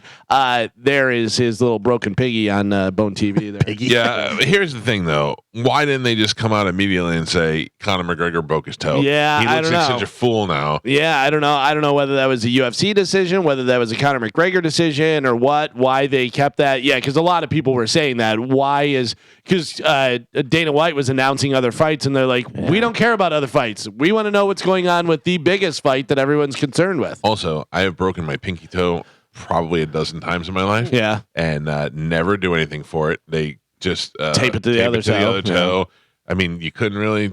That's really I going to was stop you listening from fighting. Joe Rogan talk about it. He said you think it's something small, but a pinky toe is huge. Huge in a because of fight. your balance, Yeah. because of your kicking, if you're coming off of that foot. Yeah, there's a lot to do with it. And he was for saying sure. that's also the same foot that he broke in the last fight. Right, So yeah. they're saying like you think it's something, but he's like that's a huge I huge mean, part of if when you're trying to fight. working in a restaurant and you tape your toe up and you do that and you're sitting at the cash register, that's different from being out there and fighting. Kicking with your broken toe. I guess maybe you're right. Sticking with sports, congratulations. John Cooper has been named Canada's coach for the upcoming international play, including the 2026 Olympics in Milan. Hockey Canada announced Tuesday the two-time Stanley Cup winning coach of the Tampa Bay Lightning also will be behind the bench for the NHL's Four Nations Face-Off in February, a prep tournament of sorts for the Olympics. Cooper, who's from Prince George, British Columbia, was selected to coach Canada at the 2022 Olympics before the pandemic-related scheduling issues caused the league to cancel plans to send players to Beijing to participate. So congratulations, Coach Cooper. Sticking with hockey, Game 7 of the epic 2024 Stanley Cup Final was worthy of the hype. The TV ratings reflected the historic night. An average audience of 16.3 million viewers tuned in across multiple networks in North America, making Monday's clinching till the second most watched NHL game in 20 years. Wow. The entire 7-game final averaged 8.8 million in North American viewers, the most since the Blackhawks beat the Boston Bruins in an original 6 matchup back in 2013. Edmonton, you're a disappointment to your country. This was your chance. This was your chance to bring it home. Rough. I don't know who it was from the Panthers, but did you see the guy jumping into the ocean with the cup? That was Kachuk, I think. Oh, was it? Yeah. They had I saw on one of the reels. They had it side by side, and it was him jumping in the ocean with the cup, and Tom Brady throwing the trophy in Tampa. And they said Florida just parties different. Yeah, that's great. That was a big photo shoot thing. And it had a bunch of people out there for that. Yeah. But seeing it side by side was great. That Brady, I thought when I saw Brady throwing that trophy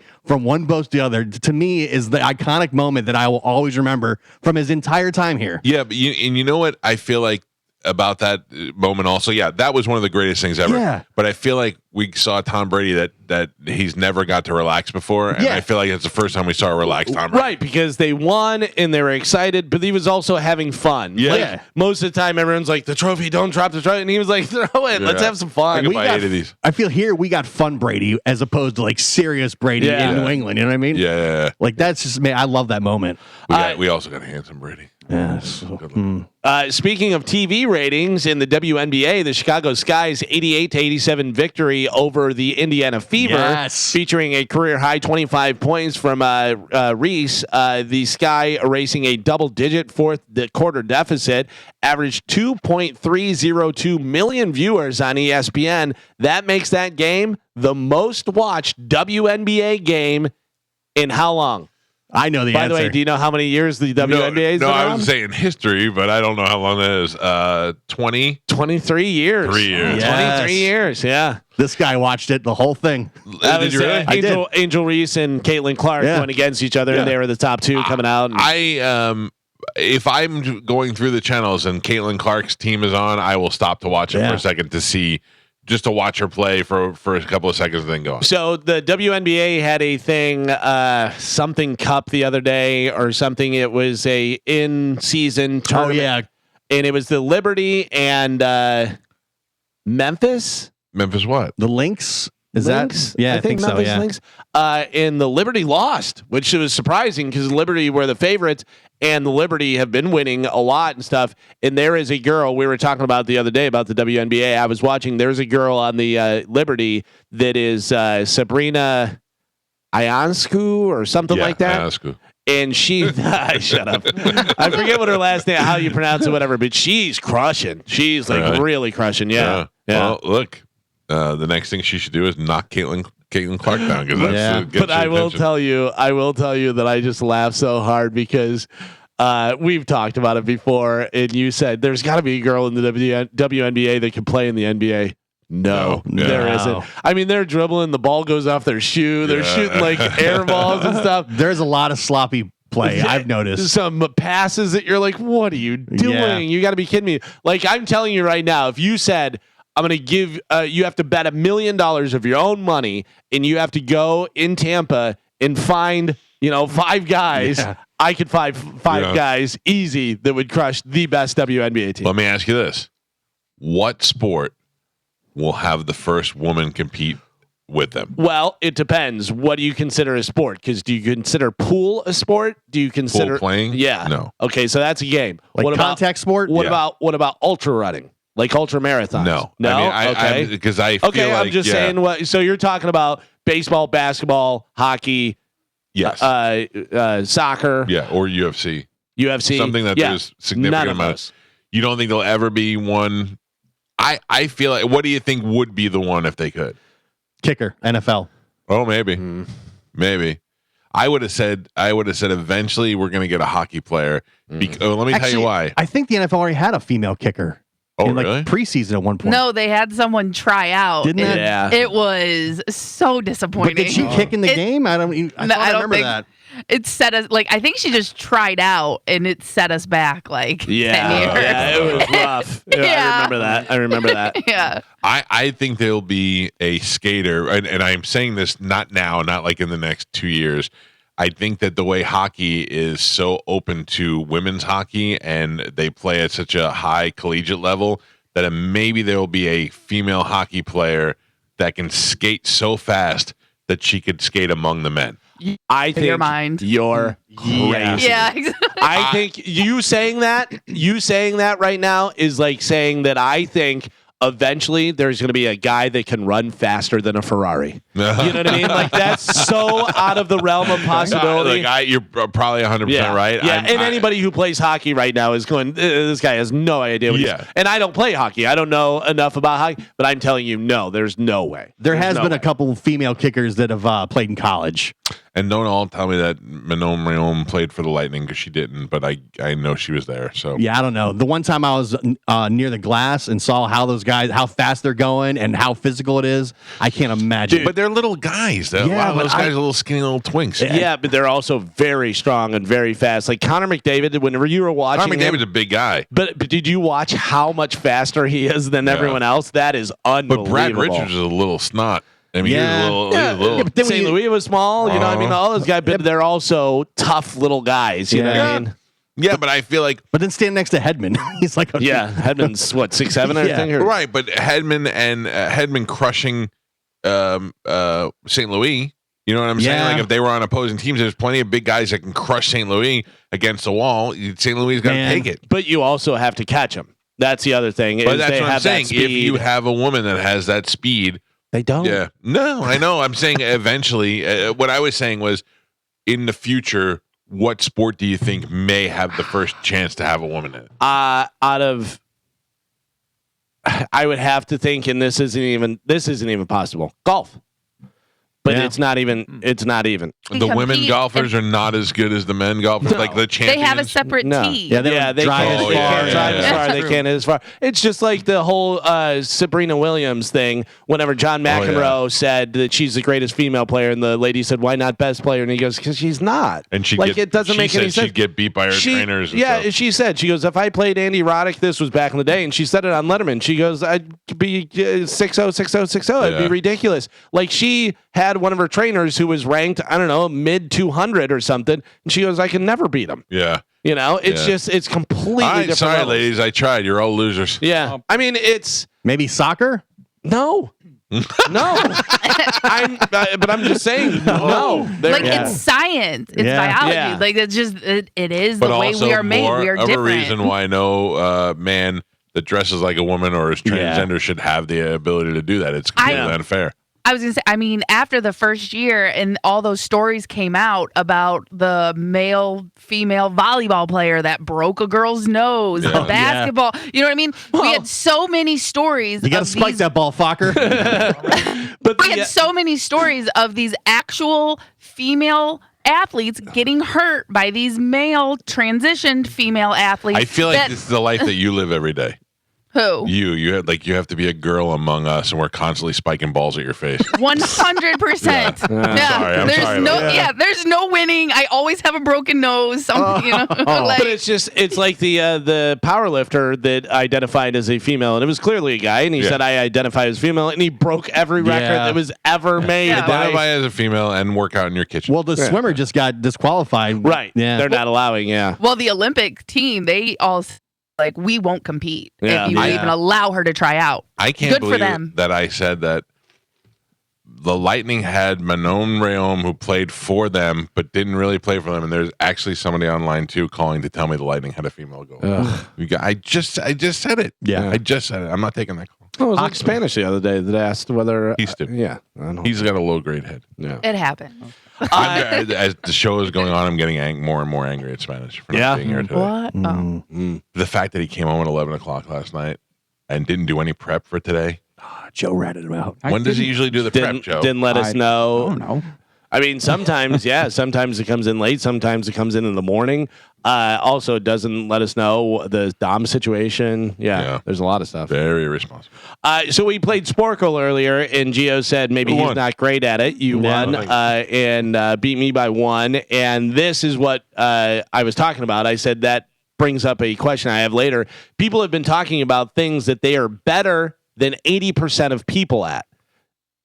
So think of something that you have that you're better. You think out of the entire world, you're better than 80% of the people. What, is there an acceptable nothing? So there is, but this person, like they just asked random people. This person said chess. They said I'm not great at it. I would say I'm better than 80% of the people because there's a lot of people that don't play chess. Right. And then there's some people that play it at a real low level, and some people play at a high level. Right. I would be thinking that we are probably better than 80% of people at trivia. Yeah, I mean, I and agree answering with that. fast and knowing and having the knowledge and doing that 80%'s that's high. Yeah, I wasn't saying you. I was saying us. I was saying me and Mike. Well, Agreed. part of the we? Not Listen, you. But think about if we went to the mall and set up a table and you had 100 people come over there and play against us, we're beating the majority. But that would mean you think you're in the top 20% in the world? Yes. Yeah. I'm not saying we're the smartest. I'm saying trivia. We're going to be able to answer those questions and answer them faster and get them in there. Yeah. Yeah, but you guys are only going against you guys. No, I'm good.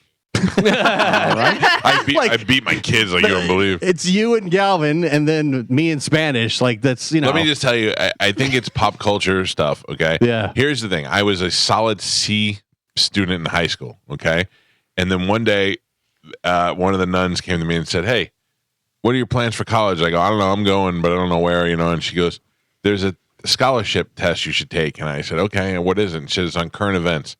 And I was like, "Okay." I went and got the scholarship. Yeah. Like I just knew everything. You know what I'm saying? And that's just one of my. I'm aware of everything. Yeah, but I mean that's a lot. 80%. I'll take it. Do you know how many people have run a marathon in the world? How many people per year run a marathon? That's tough. 10%. 0.01%. Oh, that's in the world. Okay. In the world, 0.01% of people in the world every year run a marathon. Galvin right there. Marathon impressive. Sporcle, no.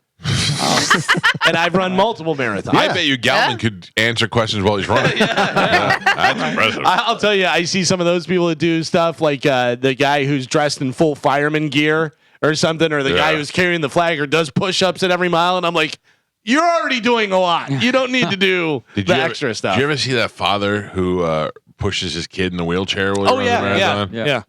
I love my kids more than anything in the He world. did the triathlon. Yeah, I'm not doing that. Yeah. I'm not doing that. That was that guy from Boston. I remember he passed away recently. Oh, really? And then there's that Annie Agar, the sports girl. Do you know who she is? Her brother has cerebral palsy, and I believe her father does that too. They do races together. What if that kid's trying to? It looks like he's smiling and loving it. What if he's like, I don't like it. Yeah, could be. I think you guys think that you're really good because you're going against each other. No, Outside of the room, I don't think you'd fare I've well. done it outside of the room. We've I've had done it at outside pubs. the room. Yeah, I mean, Against who though? against a lot of people. We've had a lot of guests come in. We've had a lot of different people that have tried against us.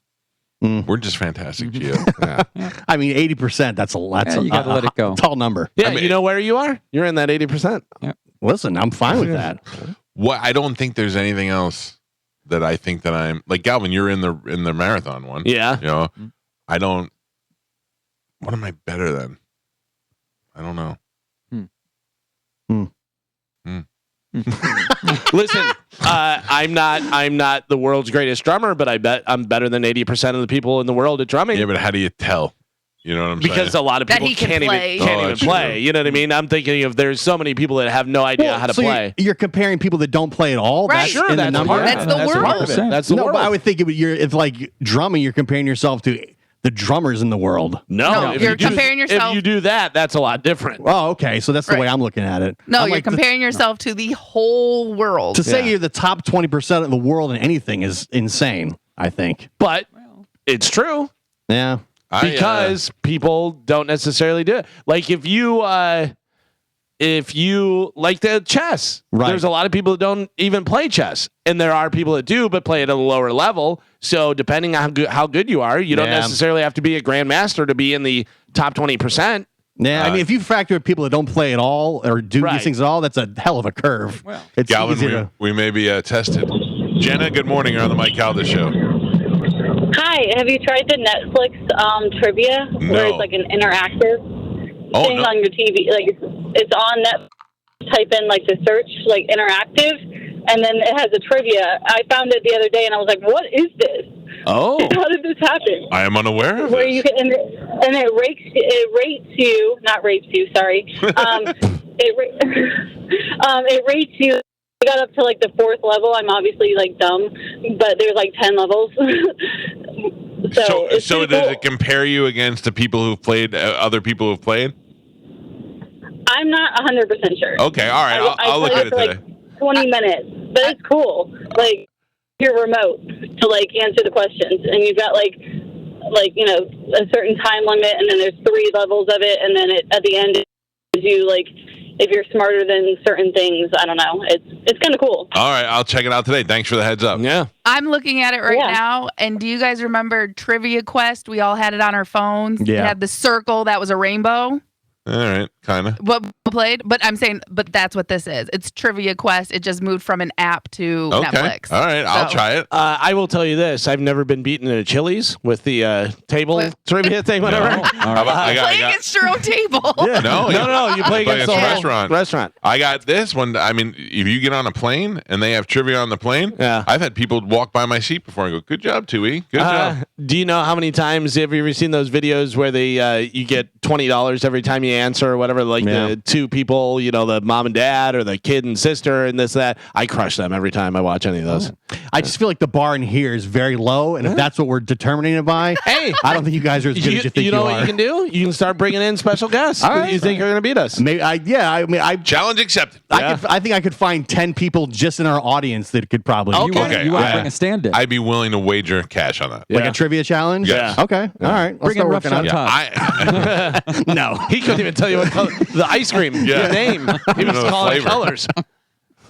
Officials in South Carolina say a man found human remains while he was hiking. However, instead of notifying police immediately, he brought the bones to where? Where would you take the bones? If you found bones, first off, I'm not touching them, but this guy did.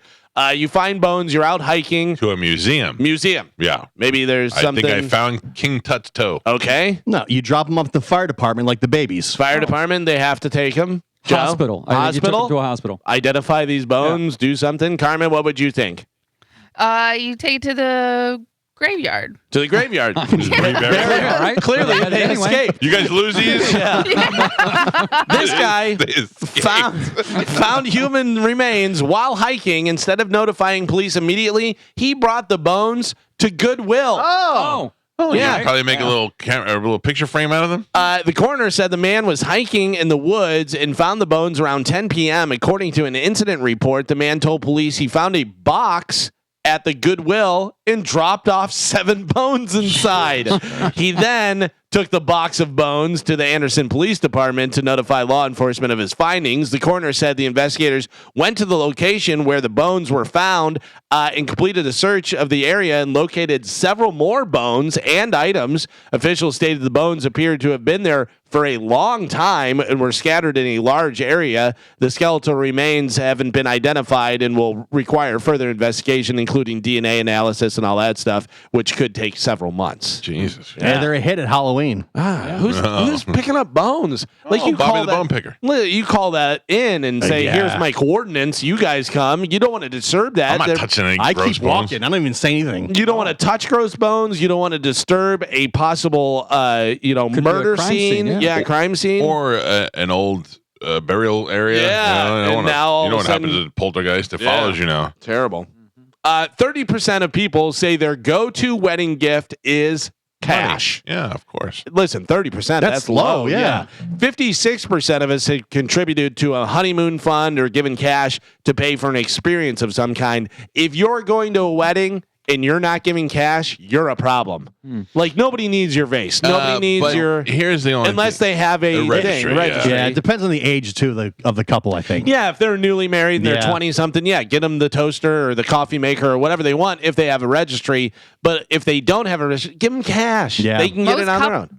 I was gonna say most couples like live together before they're married Yeah. anyway, so they already Still. have all that. I'm just saying they already have all that stuff. Yeah, but like when Amanda and I lived together and then we got married, we bought a house right after that, so we needed all new stuff, and we registered. We got a lot of the stuff. on our register registry, totally fine. Yeah. But But cash, You could- man. cash. I was gonna say you guys didn't have like Venmo and Cash App. No. There's a lot Right, of people yeah. that like set that up where you can just scan a QR code while you're walking in, and then you just do it that into the Well, fund you're for them. walking in, just beep. Oh, that's All pretty right. good. Yeah. You don't have to buy Yeah. cards. But also the other thing is if they want to do a honeymoon and you just give the honeymoon Yeah. fund, so everybody giving whatever money and then that goes to their honeymoon fund that they can party and do whatever they want. Yeah. I have a daughter.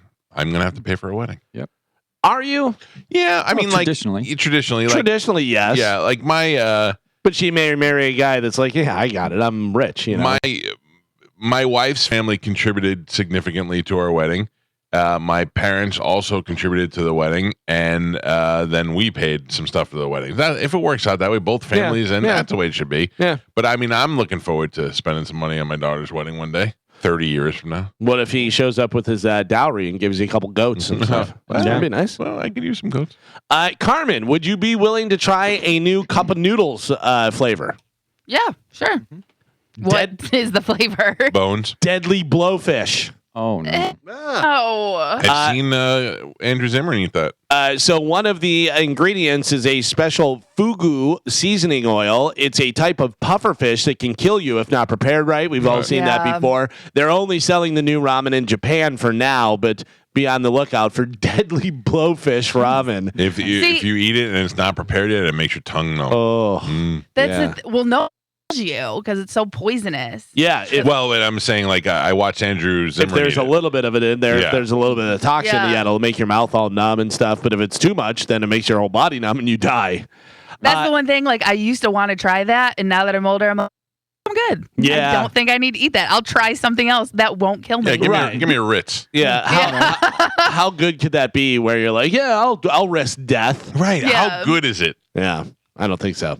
How about this one? This one I think you'll definitely want to try. Hidden Valley Ranch Cheez-Its are hitting the store Okay. next month. Yeah. Yeah. It's Yeah, going to I'll be try for a that. limited time, but you can try those out and see what happens there. Anything with the Hidden Valley Ranch dust is great. See, Yeah. and I'm the opposite.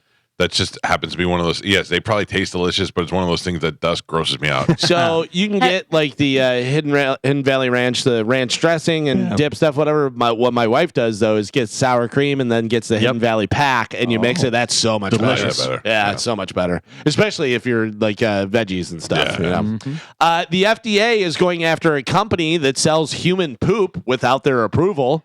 How are they getting it? Without the FDA's approval, not the humans. It's Yes. like how are they acquiring this poop? The poop is being sold for quote fecal microbiota therapy transplant. So people who are having problems yeah. and they put other people's poop inside them. Yeah. Oh. I've heard about that. Yeah. I think if they offer that to me, I go, I'll just die. Yeah. I'm Yeah. good with Just that. cut it out or something. Steve says Steve found bones. Steve, where did you find bones before? Hey, Mike, I was with my dad, and we had waded this pond bass fishing, and as we came back out, through the woods. We were walking along, and there was it looked like a makeshift tent. There was a rope strung from tree to tree with like a tarp over it. Right. And as we walked by, I looked, and you could see bones laying there. And I said something to my dad. I said, "Hey," I said, "looks like bones over there." And he was hard of hearing. He goes, "Yeah." So I walked over and looked at it, and it was skeletal remains. Oh. So we didn't do anything. We just left and went home. And when I got home, I told my wife about it, and she was like, "Well, did you call the cops?" I'm like, "No." So we called the cops.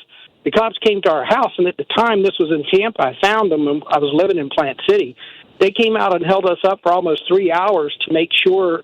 That's the reason I was calling, to tell you if this guy just picked up bones. I don't know what state you said this was done in, but there's a procedure that they go through, because I've talked to several people that have found these, found dead people and all. They have to make sure that you had nothing to do with it, even though there was no skin, no organs, no nothing. They just got to check the scene out. Part of the reason why I probably wouldn't say anything. I would just be like, I don't want to be involved in this. But also Thanks, you may be bringing closure to a family. Right, They may, have maybe give an anonymous tip, their daughter, whatever. What you could do, but also I think the whatchamacallit, the psychiatric.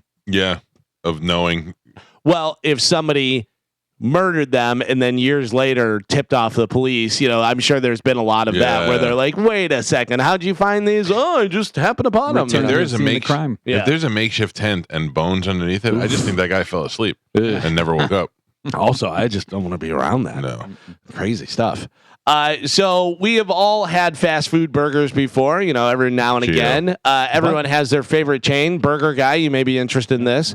Maybe maybe you've been eating the same burger for decades, or maybe it's just because it's the closest drive-through to your house, or there's one that you really like. Whatever reason, it's probably time you move on from these overrated, often terrible fast food burgers. What do you think? But can I just tell you something? When's the last time you ate a fast food burger and went, that was terrible?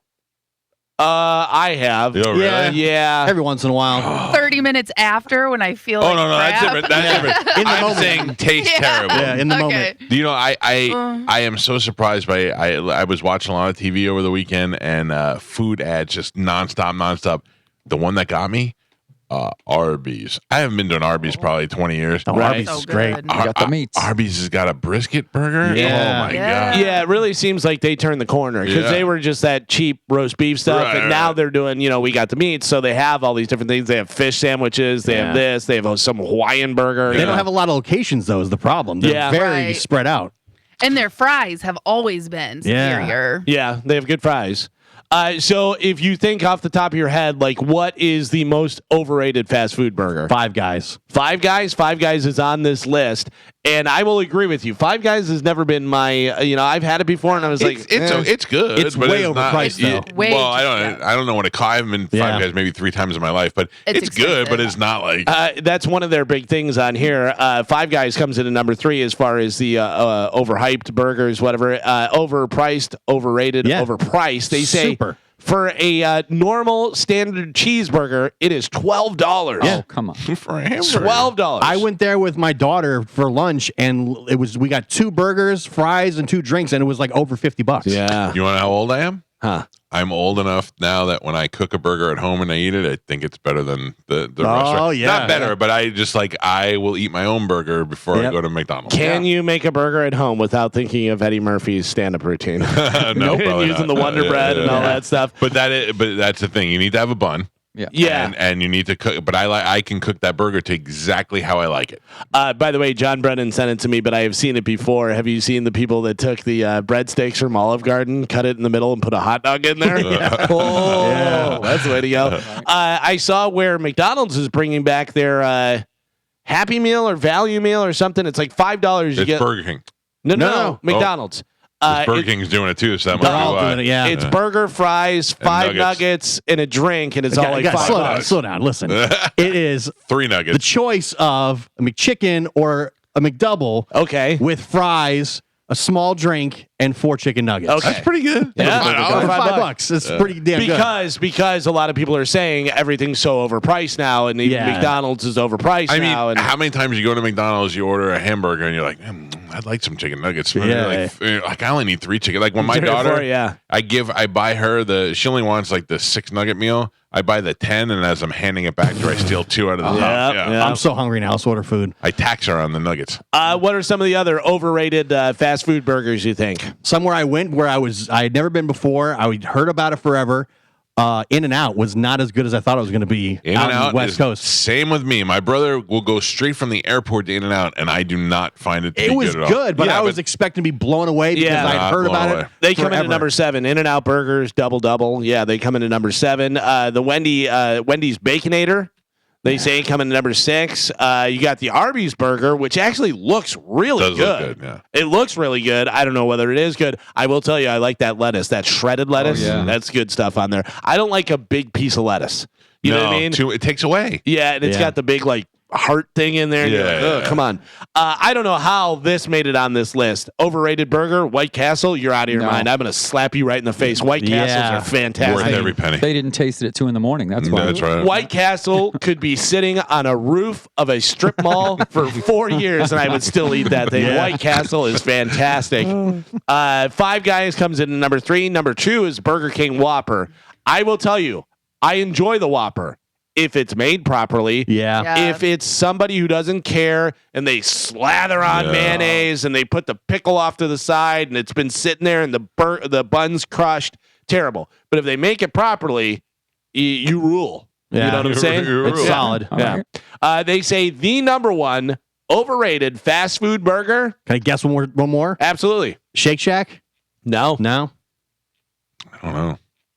McDonald's Big Mac. That's Oh, crazy. shut up. McDonald's Big Mac Well, is a staple. It's the standard. Yeah. Well, they say the Big Mac is arguably McDonald's signature menu item, but we don't know why that's still the case. There's more bun than anything, which That's they true. There's a lot of changed it. bun. completely drowns out the paper thin beef patties. The cheese is never melted. The lettuce is wilted and brown in the edges, and the whole thing tastes like a big bland Big Mac sauce. Oh, I disagree. I disagree. Have you with guys seen the picture of when the Big Mac originally came out and was today's version? It was huge Yeah. It's compared to.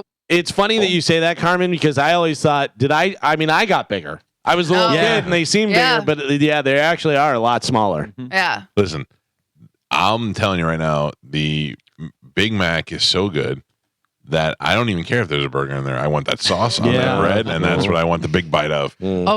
I've never had a problem with the Big Mac at all, and I do find it quite enjoyable when the rare I times made- I get it. I made an at-home Big Mac sauce. Yeah. I Of put course you that on everything. I use it as salad dressing. I put it on sandwiches. I put it on burgers.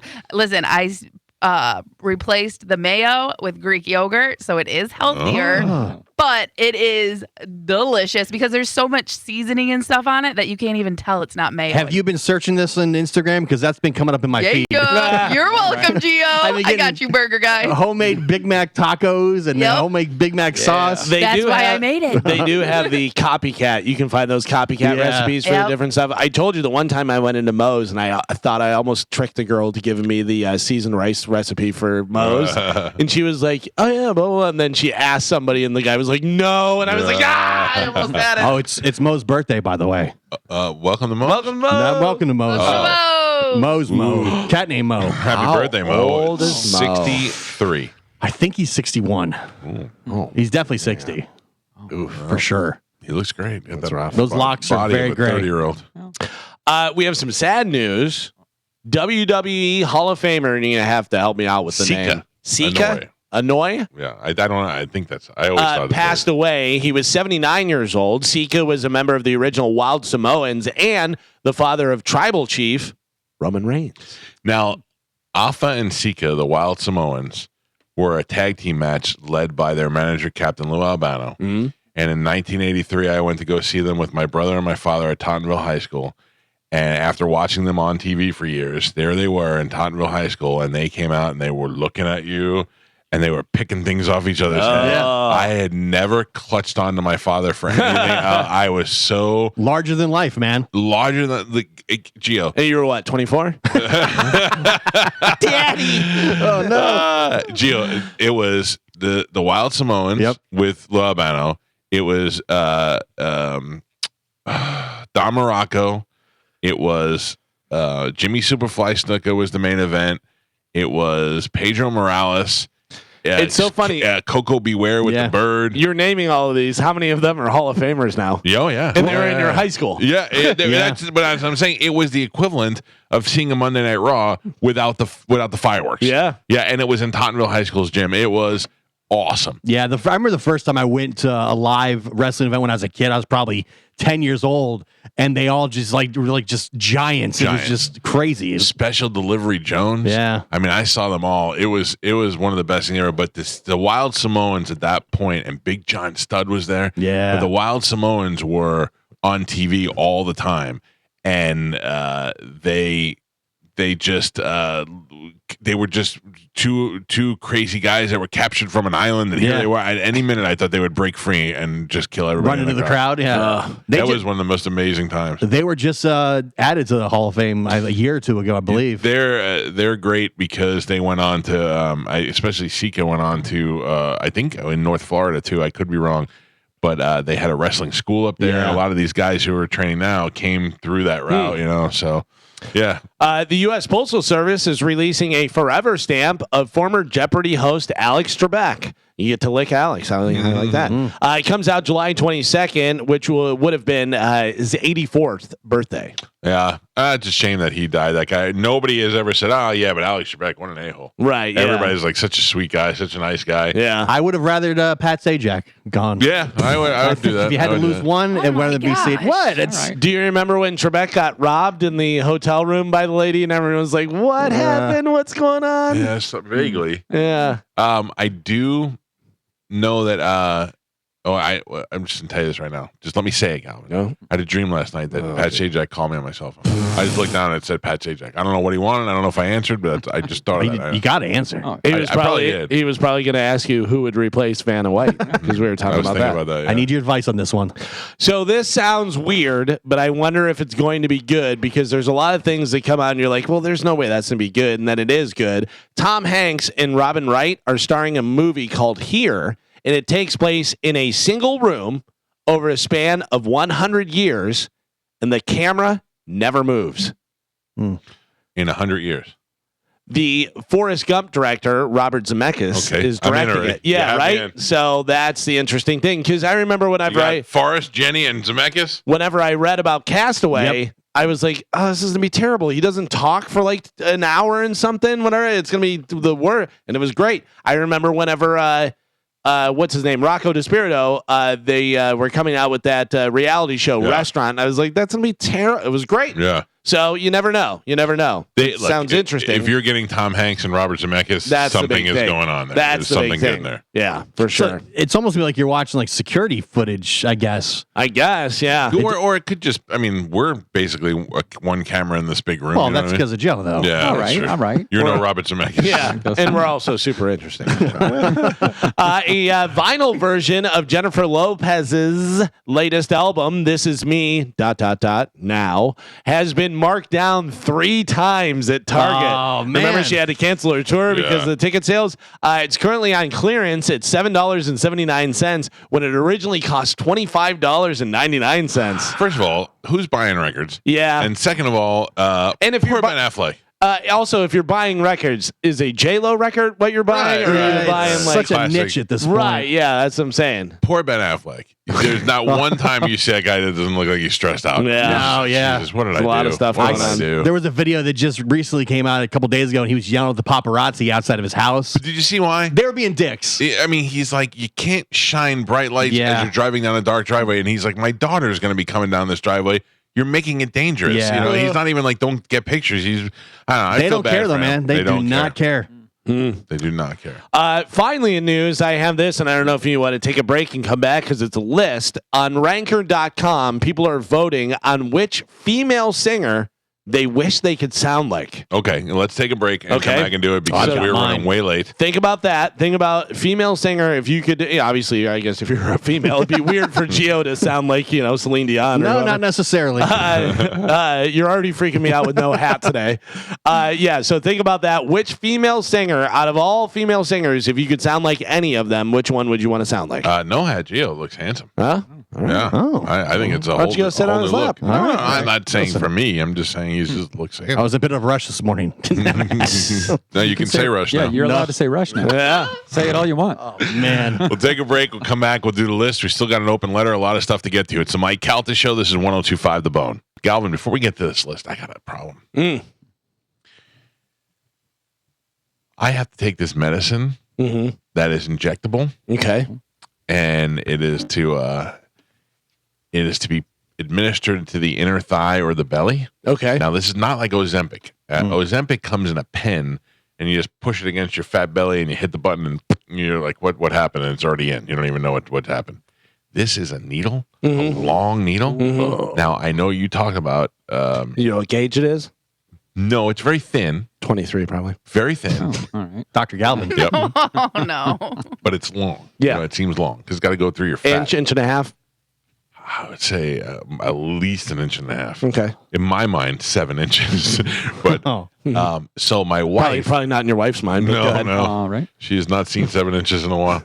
My wife will, I will open my legs, grab a chunk of my thigh, and then she will stab it into my thigh, and it hurts a lot. So you said it can go in thigh or stomach Belly, or yeah. belly Yeah. or not buttocks. Maybe, but I don't think so. Okay. It's not listed. All right. And it hurts so bad. It's her just stabbing me with metal Yeah. into my leg and then administering the shot, which burns, and then she pulls it out and closes the cap and throws it away and all this stuff.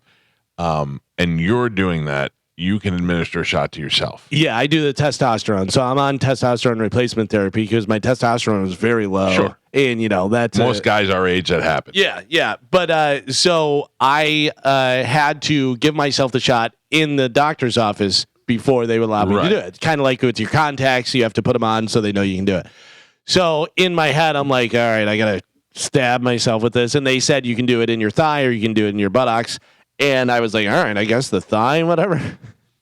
And I just looked at the nurse and slowly stabbed myself like a psycho. I don't know why I did it, and just started bleeding. And I was like, ah! And then she was like, do you want to try it? And I'm like trying to gear myself up for it. And I'm like, and she goes, do you want me to do it? And I go, yeah, I guess so. And she goes, do you want it in the thigh? I go, no, do it. So she did it, and it was so easy. And I go, I can totally do this. And now I just crank up Slayer, and I just do it. It's so easy. But does it hurt you? No, it doesn't hurt at all. My It doesn't wife hurt is at all. killing me every day with this shot. Yeah. It hurts Does she do so it bad. slow? But the problem with it is whatever you're taking may have a higher viscosity than Just testosterone getting just does. a needle. No, but I'm saying so it may have to be a thicker needle, so that it can go through there. I don't know. That's why I said what gauge is it, because like I use 18 to draw it out, but I switch it and then do a 23 gauge needle, which is an inch or inch and a half, whatever that I put in there. And it's How far do you have to go in? you just enough so that it goes in there. But I mean, I go pretty much. I literally just go like this. I just go boop like that. I mean, it's just like a like that. Okay, so here's my problem. There's no way I could administer that to myself. Yeah, there is. No. I'm telling you. Look, Oh, no. I think I know where this is leading. I'll fight a cougar. I'll fight a bear. I'm not afraid of a lot of things. I don't like roller coasters, and I'm not stabbing myself with needles. All right, let me just stop you right there. If you think he's about to ask me, I think you're Remember earlier My in the wife show, is going out of town. I can't stab myself. You have to give me my needle. we I just can do it talked for about him. the exciting weekend coming up because Amanda's going out of town. Yeah, you have to give me my needle. Listen, I have no problem doing it. All right. Okay. I really would do That's a it. true friend. Yeah, all right. I would do that. That's no big deal. You will stick it in my butt for me. You got to go inner thigh. By the way, yeah, I didn't need you opening your legs for me. Galvin, you ready? Oh, no. No, the worst is I got to grab like leg fat so Yeah. I can go in there. Yeah. It hurts so bad. And They say the stomach, it doesn't hurt as much. I've heard. listen, I got the Ozempic shot in my stomach, and I didn't even flinch. Like that's nothing. Right. It's just Yeah. it's like when you have to check your own blood. I you know? wish because I take a shot every month for migraines, and it's the click thing where you put it on there, hit Right. the button, and it just injects it automatic. It hurts a lot, and that's my Gio, arm. You know what you could do for migraines?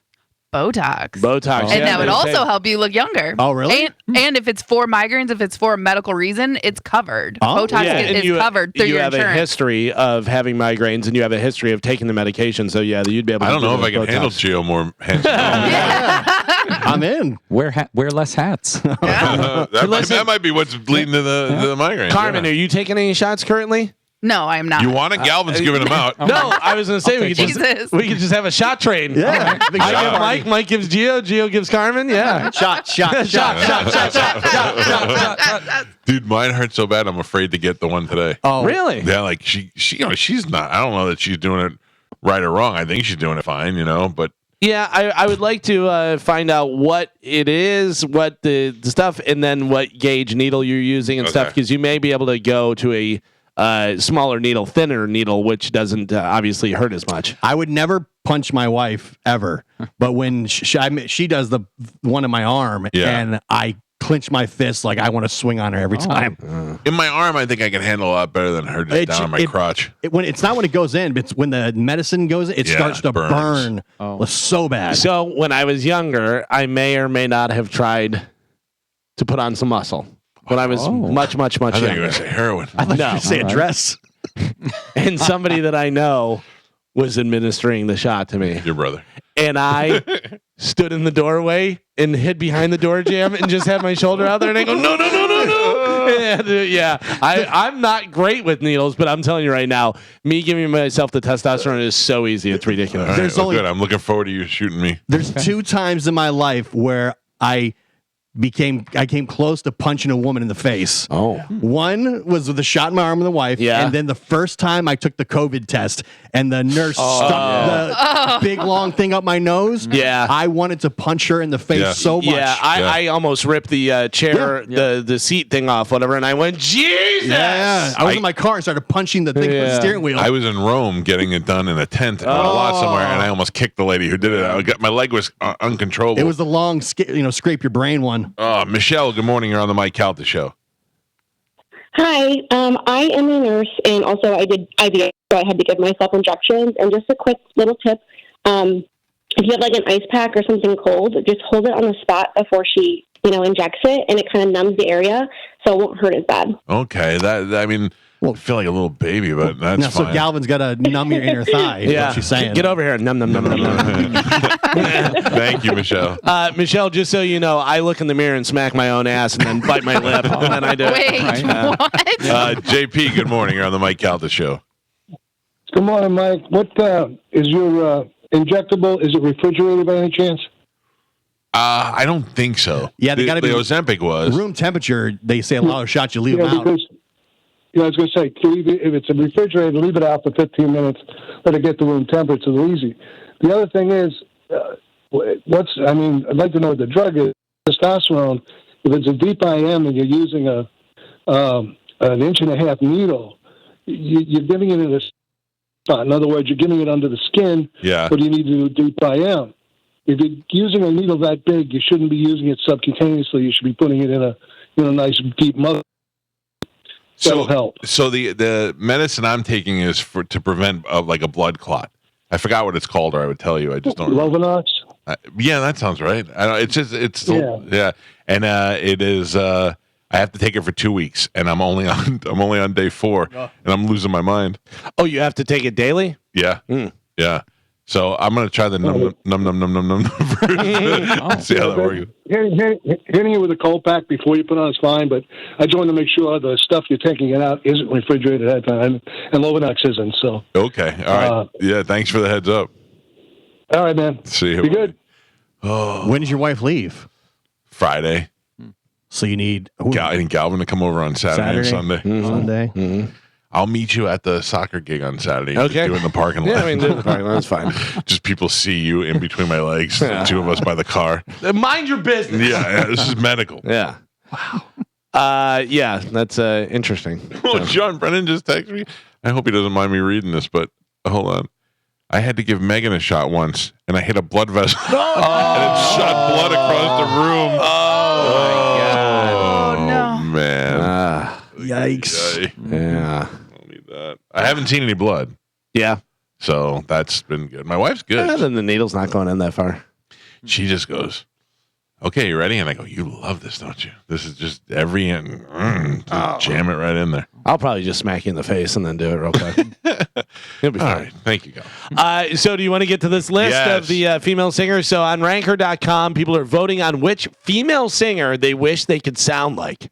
What is top of mind right off the bat? Who would be great? Barbara Streisand. Barbara Streisand. Really? Do I want to? No, I thought you meant women would say that. Oh, well, yeah. I mean, you could say either one. People. So, yeah, I don't consider her like a great singer. I know people love her. I mean, people love her, but like I'm talking about like as far as a voice goes, like she doesn't have like a great range and all that type of stuff. The best voice I've ever heard is a Dina Menzel. By the way, she is not on there. Really? Barbara Streisand is not on this list. Neither is I would pick Whitney Houston. Whitney Houston, Gio. Number one. Yeah. Really? Number one for women. She was great. My number one is on this list, but my number one comes in at number 19 on this list. Mariah Carey. Sia. Oh, yes. I love Sia. She's got that crack in her voice, like, where she does it on purpose and stuff. Oh, so good. So good. But Mariah Carey, Mike Calta, Mariah Carey comes in at number 3. Sia. Adele. Oh, Adele. Adele, Carmen, is on the list at number 5. What are you going to say about Sia? Sia said to me one time, "Do you know where the loo is?" And I go, "It's right over there." And she goes, "Thank you." And I go, "Yeah, no problem, you little weirdo." Was she in studio a long time ago somewhere? No, we were at it was a post Saturday Night Live party, and she was a musical guest. Nice. And I thought she was going to be a weird, don't talk to me kind of lady. And she said, "Do you know where the loo is?" Huh? Like, I just came from it. It's right over there, little weirdo. I would like Adele's fat voice, not her skinny voice. Oh. Fat voice is better. The fat voice was way better. Think so? All right. Interesting. Who else is on this list, do you think? Which female singer do people, I'm assuming females, wish they could sound like? Lady Gaga. Lady Gaga comes in at number 8. Taylor Swift. Yeah. I think there's one big glaring one that you guys are missing, baby. which surprisingly comes in at number 9 on this list. Taylor Swift is not on this list. What? Whenever I think of great voices and very distinctive voices and just a cool sound, you actually mentioned this person's band earlier. Oh, Stevie Nicks. Stevie Nicks. Yeah. Stevie Nicks comes in at number 9. Stevie Nicks has a great voice. Yeah, Stevie very Nicks, unique, very identifiable. A lot of people try and sound like her. Christina Aguilera. Christina, who is a great singer, she, let's see, comes in at number 12 on this list. Celine Dion. Celine Dion is on the list, even though she's turning into a statue. She comes in at number 2. Old surfboard, Celine Dion. Yeah, it comes in at number 2. This one, do you like the fat voice or the skinny voice? Because she went skinny, fat, skinny. Kelly Clarkson comes in at number 4. Skinny voice. Great voice. Great voice. That was skinny. That was skinny. And she looks great right now. By the way, I was watching on YouTube the other day. It was like auditions of stuff, whatever, and they had The Voice. And Kelly Clarkson, fat Kelly Clarkson, was wearing like a football jersey and stood up and started fat dancing. And I went, like the gopher? Yeah, I go, how did she become so unsexy? And now she's back to being hot again. Yeah, it's wild. You listen to me. You become famous. People just want to give you food all the time. Yeah. I'm telling you. Real quick, just off topic because we're talking about, American Idol and that stuff. Do you watch America's Got Talent? Does anybody watch it? I have not. Every once in a while, I'll stop on it. It was on last night, and I turned it on. I don't know why I ever watch that show. It makes me so goddamn mad. They had 2 guys that were doing dominoes. Oh, What do you mean? all right. They set up dominoes. And make them fall? Yeah. Everybody can set up dominoes. The last Stop being an idiot. And then they're They're running out of talent. You know what they did? They started the whole show. Everyone got to be quiet because if you make any noise, it'll fall. It could fall. Oh, and that's not whatever. You're never going to believe it. One fell. One fell. Oh, my God. Oh, and Oh, my God. by the way, Heidi Klum, the only normal person on there, goes, that's not exciting. Like, who wants to go to Vegas and watch that? And I was like, God, thank you, Heidi Klum. Yeah, everybody else was like, oh. I hate that guy, the black dude that hosts, that does the like Terry Crews. Crews, yeah. Can't stand him. Yeah, he's terrible. The only thing I like is I like Simon Cowell. Simon Cowell's pretty annoying too. Yeah, but I mean, I like him in general. Is Howie still on it? Yeah. Yeah. I don't know. I can't watch the show. And then I don't like it. I Okay, we got it. We didn't know that was going to happen again. The last one I saw was the girl with the dress. She's the magician, and she changes her dress. That was pretty impressive. That was The kinda quick cool. change, yeah. But they had one of those on there before. Oh, really? You know, it's like, all right, well, now this is what it is. We're just quick change artists. Yeah. All right, so this list of the 20 top singers, female singers that people would want to sound like. Number 20 is Billie Holiday. Number 19, my number one, Sia. Number 18, Etta James. 17, Carrie Underwood. 16, Ariana Grande. 15, Judy Garland. 14, Patsy Cline. Number 13, great voice, Pink. Oh, yeah. Number 12 is Christina Aguilera. Number 11, Tina Turner. Yeah. Oh, Tina yeah. Turner's great. By the way, if you've never watched the movie What's Love Got to Do with It, great movie. Good movie. Great movie. Number 10, Aretha Franklin. Number 9, Stevie Nicks. Number 8 is Lady Gaga. Number 7, Dolly Parton. Yes, rock and roll. Rock and roll. Hey, everybody, let's rock and roll. You know what song that is? Yeah, Spider-Man. Spider-Man. Number 6, nobody got this, Alicia Keys. Oh, yeah, she can sing. Yeah, she can definitely sing and play piano at the same time, which is always great. Number 5 is Adele. 4 is Kelly Clarkson. 3 is Mariah Carey. Number 2 is the statue, Celine Dion. And number 1, Gio got it, Whitney Houston. Yeah. I do like Whitney Houston. Still now, I like Whitney Houston. Oh, great. Yeah, if I'm in charge of that Bluetooth speaker, you know there's gonna be some Whitney Houston going out there. It's so funny how Whitney Houston went from so like cute and pretty to old and haggy and Crack is whack. Crap. Yeah, that's exactly what it is. By the way, did anybody see the thing I reposted on Instagram on my story? It is, I believe, a guy in a blue dress with a leash around a baby doll and goes into like this food place, and there's a white couple ordering food, and the lady turns around and she just goes like looks and is like, oh man, and she just starts yelling and stuff, and I put Jamie Foxx is hilarious. Oh yeah, I didn't see that. She is she whatever is wild, and I believe crack is whack. I found the guy after you talked about him yesterday on the show with the no hands in the fast food. I put it up on our Instagram 86 as well. hands? Yeah, He's great. dude. It's weird. I don't know why I watch all of his stuff, and I'm just. I've never seen him before. That was the first one. Yeah. He does like the little tap thing. Yeah. So I do weird. not like those chicken wings. Oh, That is man. weird. It's at the Mike Calta Show, and somebody's like, "You got to watch him eat a nugget." I haven't seen it. I haven't seen it, but Pass. He eats everything. The banana. I'm like, how is he going to eat the banana? And he shows. He's like, oh, I take it here and I turn it around. He shows how he drives a car. That was a couple days ago. You should reach out to him and tell him that you gave the I knew you drummer were gonna from say Def Leppard a bottle of water and didn't open it for him. what a jerk! Yeah. 86 hands. Look him up. Yeah, he's got that flapper. It's so great. So 86 hands, is he doing like 86? Like 86, we're out of it? We don't have I it? think so, We yeah. don't have hands? I think so. Oh, interesting. He's got little pokers. Yeah. It's like he's got. It's like little elbows, and they have like two little fingers. It looks like the chicken wings. Right. You know what I mean? Yeah, but it's got like a crowbar handle Right. at the end of it. So. And he takes like the burger and he's like smacks it with his finger. Yeah, like, He's you're getting yeah. it ready. He's like, yeah, I love that good slap. So gross. How much would it cost for you to eat that burger after you slapped it? I don't know. I'm such a big fan of his. Carmen, would you let him feed you nuggets? No. Oh, and when you accidentally get some of the hand in your mouth? Oh. 86 hands is great. I don't know. See, that's America's Got Talent. That's what they should be playing. Watching him eat. Yeah, you want to watch that guy or a guy? You want to watch that guy do stuff with them little hands, or you want to watch Domino's? Yeah. I thought the other day, there's no way he'll get the sauced chicken nugget container open. Yeah. And he gets it open, flips it up, and he eats the nuggets. Dips them in blue cheese. Wow, Overcoming adversity. It's amazing. that's very. Man's a He's hero. motivating. He's a hero. Blue cheese on his stub. And He feeds it to you like the little mashed potato hands, Chris Elliott. Oh, gross. Yeah. So gross. All right, Galvin has a brand new open letter. I do. will take a quick break because we are running way behind, and then we'll come back and get right into that. It's the Mike Calta Show. A new open letter next on 102.5 The Bone.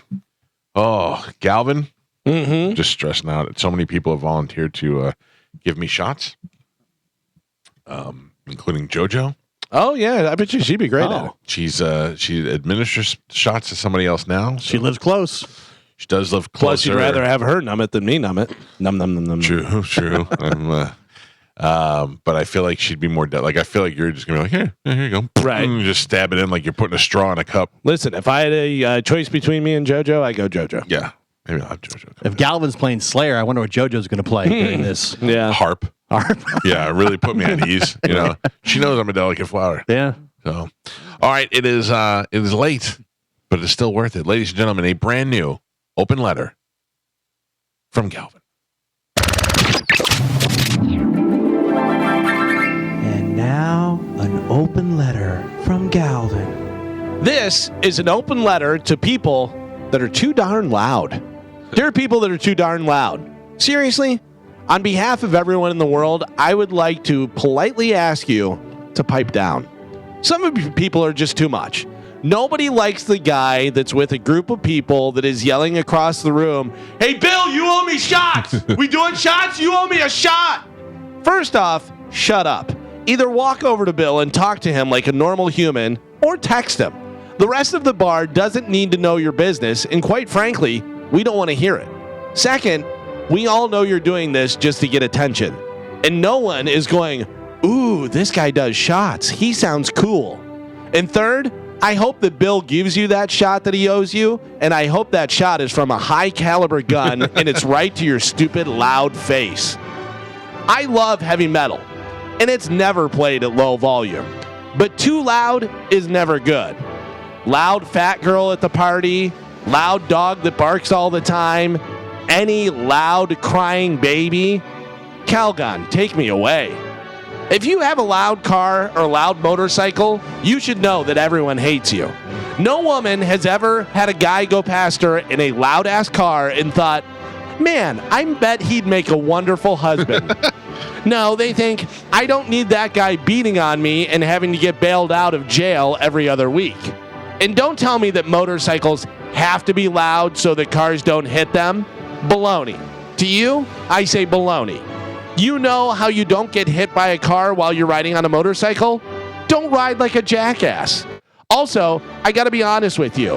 When a motorcycle does have super loud pipes and it pulls up next to my car,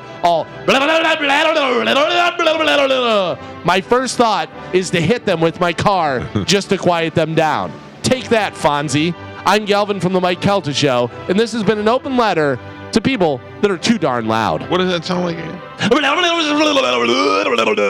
Fairly accurate, Calvin, to be honest with you. I hate it. You're ever outside, like at outside bar or restaurant, and somebody starts up their motorcycle and you practically crap your pants because it's it's like, what are you doing? That can't be enjoyable. Yeah. And then they just you have to rev ride on it. it. Yeah, they have to rev it to show all you ladies, Carmen, how cool they are. Like we already heard it, and now you're just ugh. But don't you want to just go over and make sweet love to him immediately? Yeah. Jump on, take me away. Whoa. Yeah. When I used to have the Hummer, everybody was like, "You gotta get a big exhaust on that thing." I'm like, why?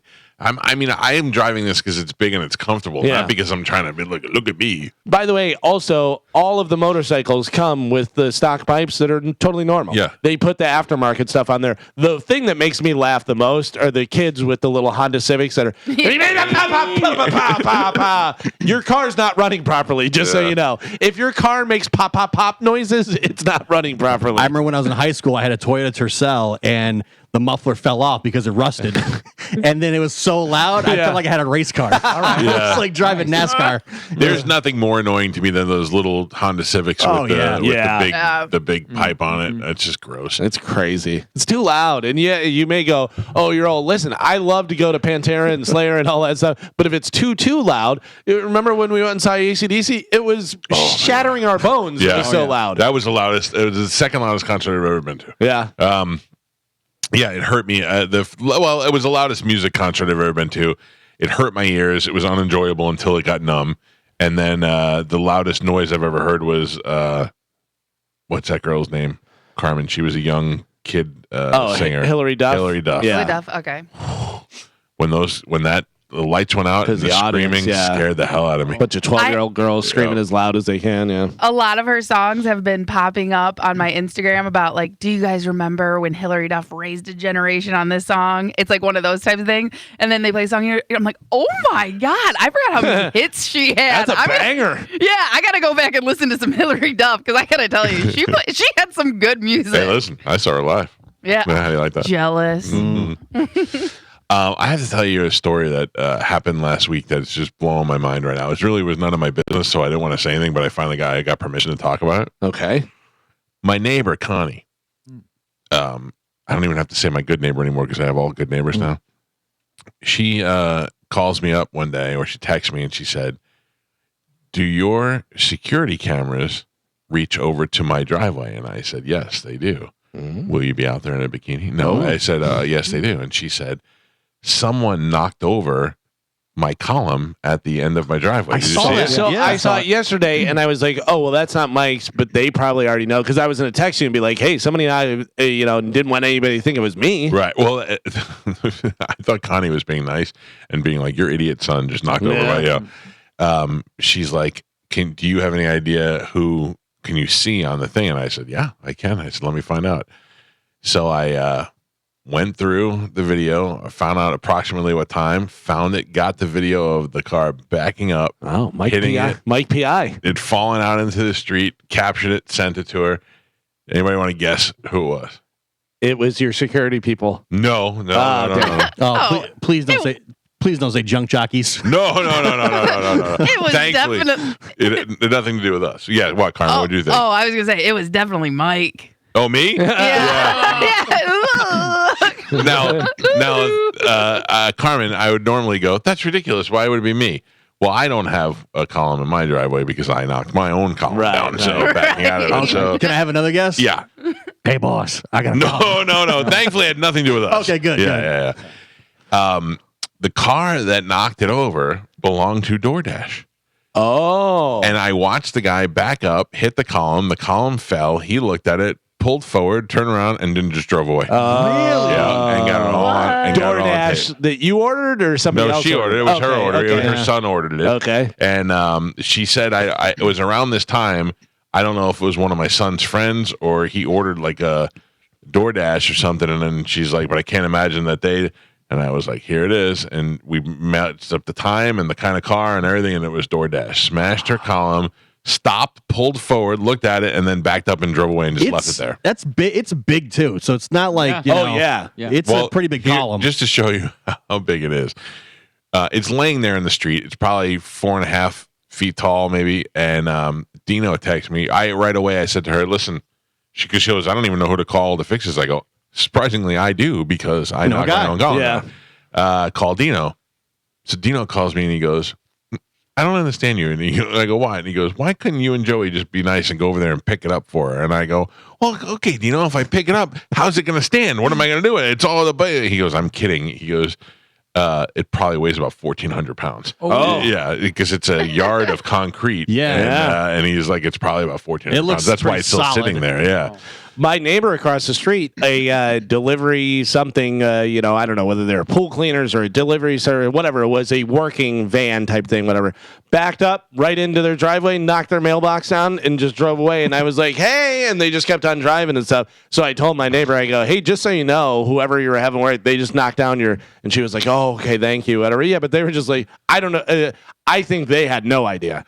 Because it was just a regular mailbox. It wasn't a yard of, Back in the day, Bob Murray lent me a loaner car and it had an extended bed on the back, and I wasn't ready to drive that. And I went to this friend of mine's house, and I was backing out of her driveway, and I hit the neighbor's mailbox, just knocked it right out of the ground. Didn't even know until she's like, "You just knocked." I went over to the house, and I knocked their mailbox out. I walked out, went to the front door, and knocked on the door. Nobody answered. I knocked again. I could hear people inside. Knock again. Finally, the door, little crack opened. There's this tiny little Asian lady. And I was like, "Hello." I'm like, "I have the big truck, and I just knocked over your mailbox." And she's like, "Okay, go." And I go, "But I knocked over it." And she's like, "Go. And I'm like, go away." And she's like, "Yeah." I was like, "Sayonara." Yeah. She was so scared of me that she thought that I was trying to what was do she something. doing in there? She was an old lady, I felt bad. I mean, I didn't break it, but I just knocked it right out of the ground. Yeah. But anyway, Connie has sent it immediately to DoorDash. Right. Wrote a complaint and said, "Hey, your driver did this, and sent the still shot." And finally, they wrote back to her, and they're denying. They're saying, really? Yeah, they're saying that. Does it have the license plate clearly on it? Oh yeah. Yeah. You can see exactly what it is. Well, then they got it because they have to put in their make and model of the car and the license plate and all that stuff. I would assume they have to follow an insurance claim and all that. Now they have to have a police report come on out here and do the whole thing. Yeah, that's hit and run. I mean, it is. Yeah. It is, and the thing is or as some people call it, DoorDash. But the thing is that the guy, I mean, you could see in the video. So he knew about it. He's aware. He knew about it, and then he left. That's such a crappy thing to do. Interesting. Yeah, now she has to deal with that. And I think Tino said, after he gave me a hard time for not lifting it, he said that he's coming over here with another guy. They have to put a strap on it, hoist it up with the truck, and then build the base around it. Wow. That's another thing. I mean, we were talking about it earlier. I didn't know, but Big Dick was just laughing. He said he could hang your TV for you in 5 minutes. Oh, I have no doubt. Yeah. I don't like when I knocked the column down here, I was like, well, we don't have a column anymore. I was like, I'm not even going to try and do anything. Dino this was years ago over at my house, and I was going to hang a heavy bag off of my back patio, and there's the thing in there, and he goes, you want to try it? And I go, yeah, it's fine, whatever. He goes, you're just going to drill right in here, or whatever, and made a mark and gave me the drill and stuff, and I'm doing it, and I go, this is not working, whatever, and he goes, yeah. Click, have it go forward. I was pushing it. I don't know. You handed me the drill. There's 2 ways. You could feel so stupid from something so simple.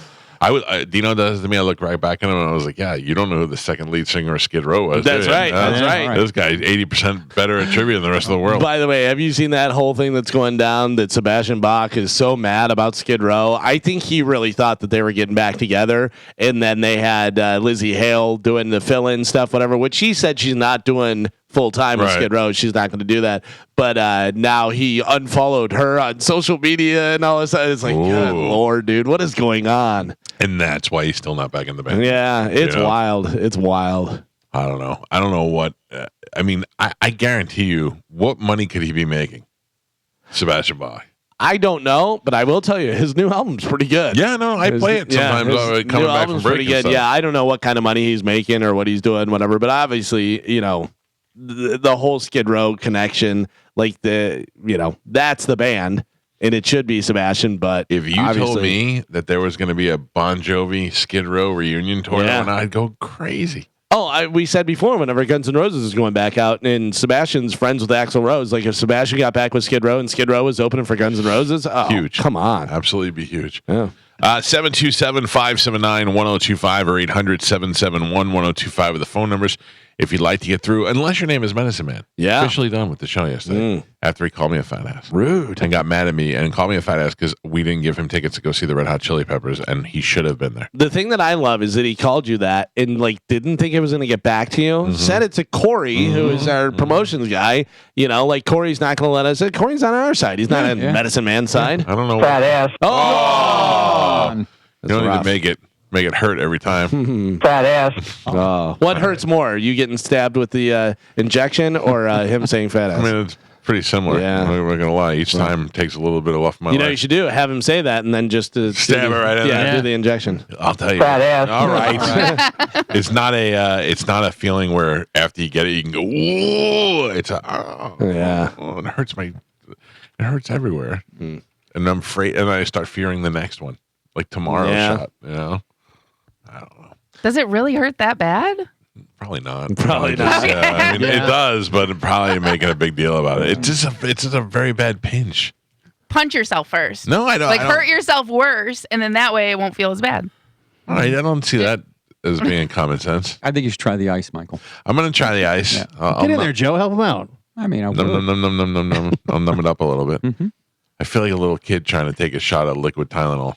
Just go ahead and just take it one big shot. And everybody's like, no, I want to take a sip of water first. You ever try to give a kid medicine? I remember you had a video of your daughter years ago trying to take medicine, and she refused. It took a half hour for her to take a sip. Yeah, like cough syrup. That's why it's better to just get whenever you're giving medicine to a dog, and you just open the mouth and go, and they go, what just happened?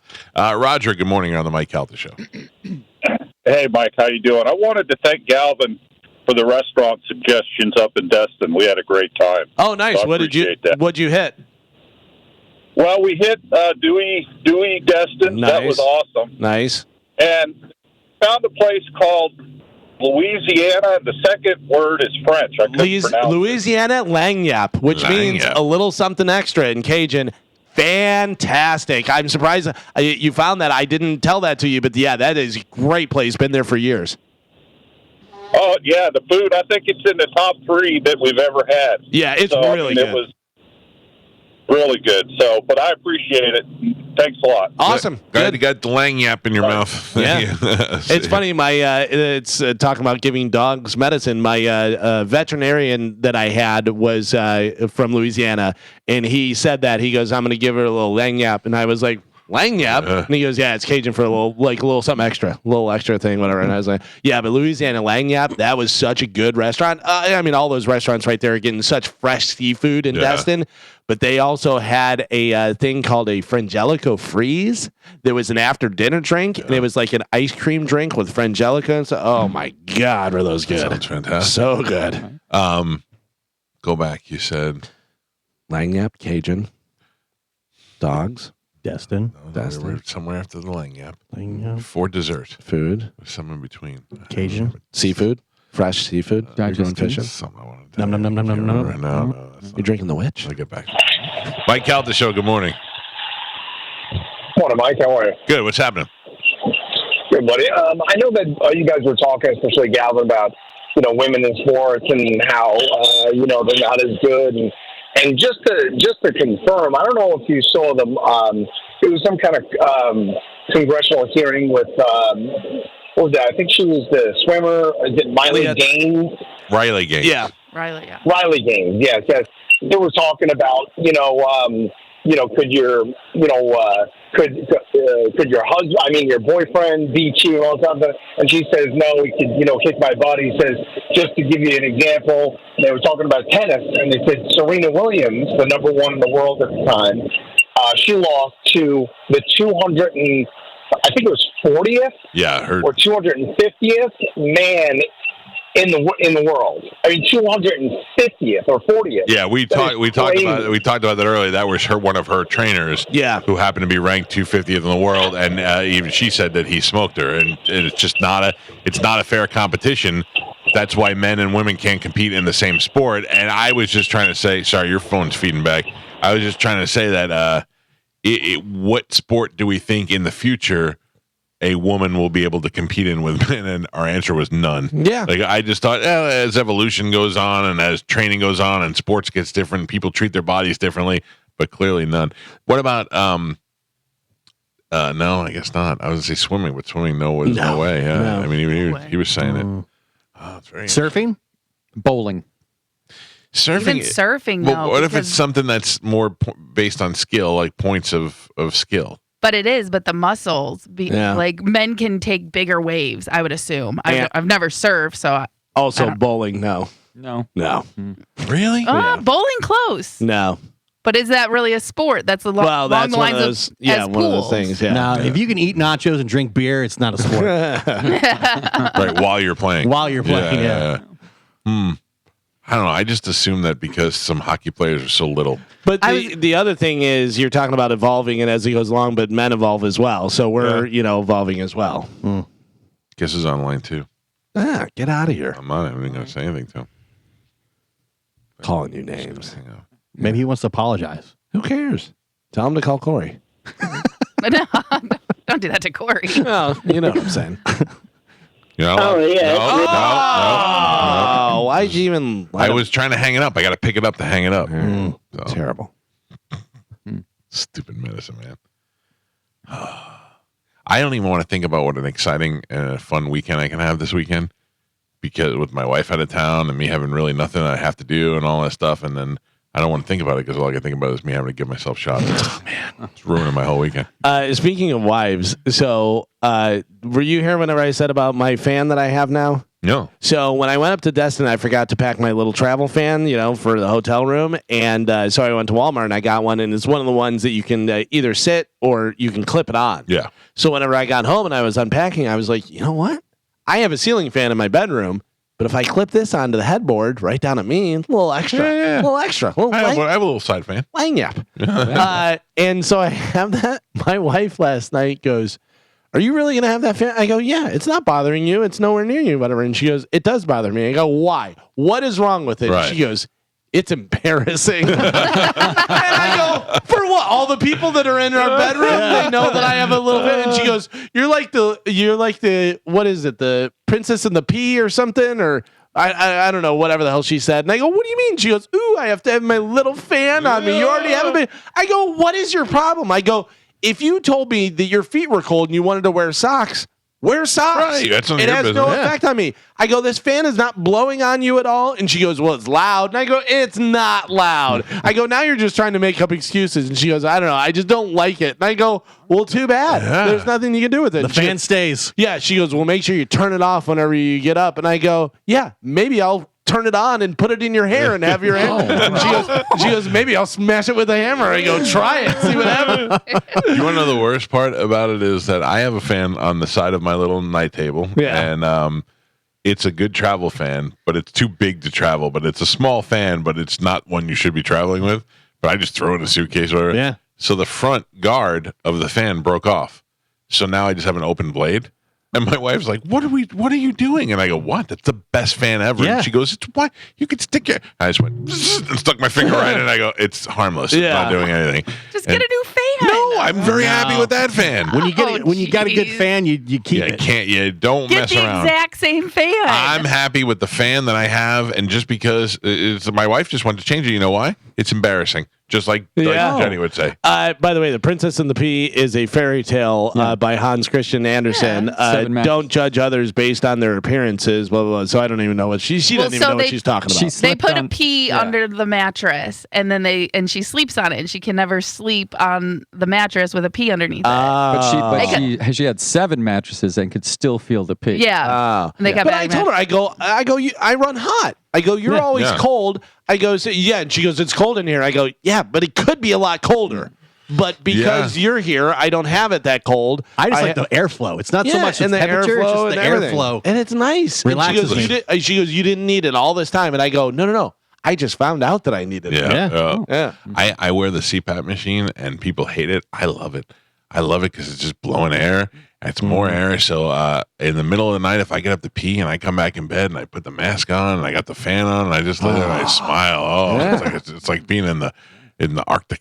Can I tell you? I don't know. Maybe a year ago, I got rid of my old comforter that I had and went to Walmart and found a new comforter, and I found the perfect one. Like I was like, I don't know, because you want like the right weight, right? And it's quilted on the one side and it's a little different on the other.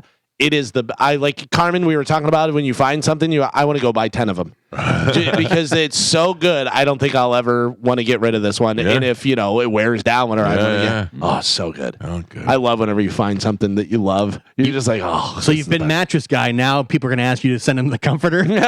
Dude. Yesterday, I got a request for the mattress. People still hit me up for the mattress all the time. Yeah, that mattress company owes you. So much so that I actually wrote it out in my notes and I just send them that. Because I don't want to have to write out the whole thing. I have the Galvin mattress on my bed. Me too. Both of my daughters have the Galvin mattress. Yeah. Joey has one in his room. And I will give full credit to another Galvin, my brother Tim. He's the one who told me about it. Yeah. So it's from Consumer the Galvin Reports family. Tim. Yeah. That's so funny. Speaking of fans on the side, can I just tell you, or maybe I'm going to get them all for you for Christmas. Have you seen that little round fan that it fits in a little black case? It's about this big. It's on Instagram all the time. Is the Vortex one that's supposed to be like super charged? So I have like 4 of them. My brother has like 10 of them. They you take them out. It folds up.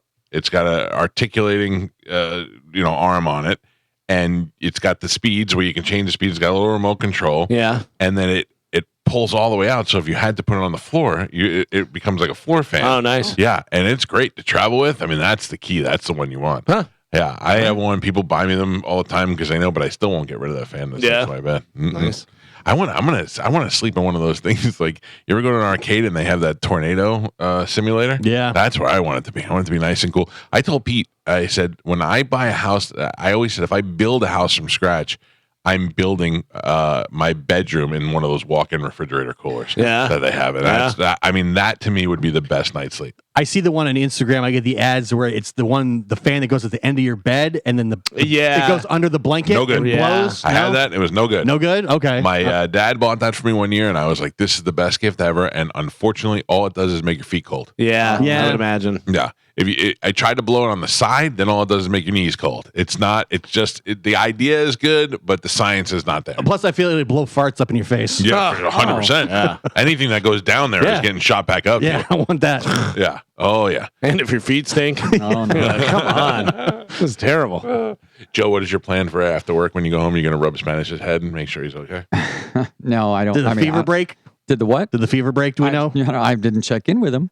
But Spanish called in sick today and said that he had low-grade fever and diarrhea and wasn't going to make it in, even though Joe told us after much pressure that he didn't get home till 11 o'clock last night.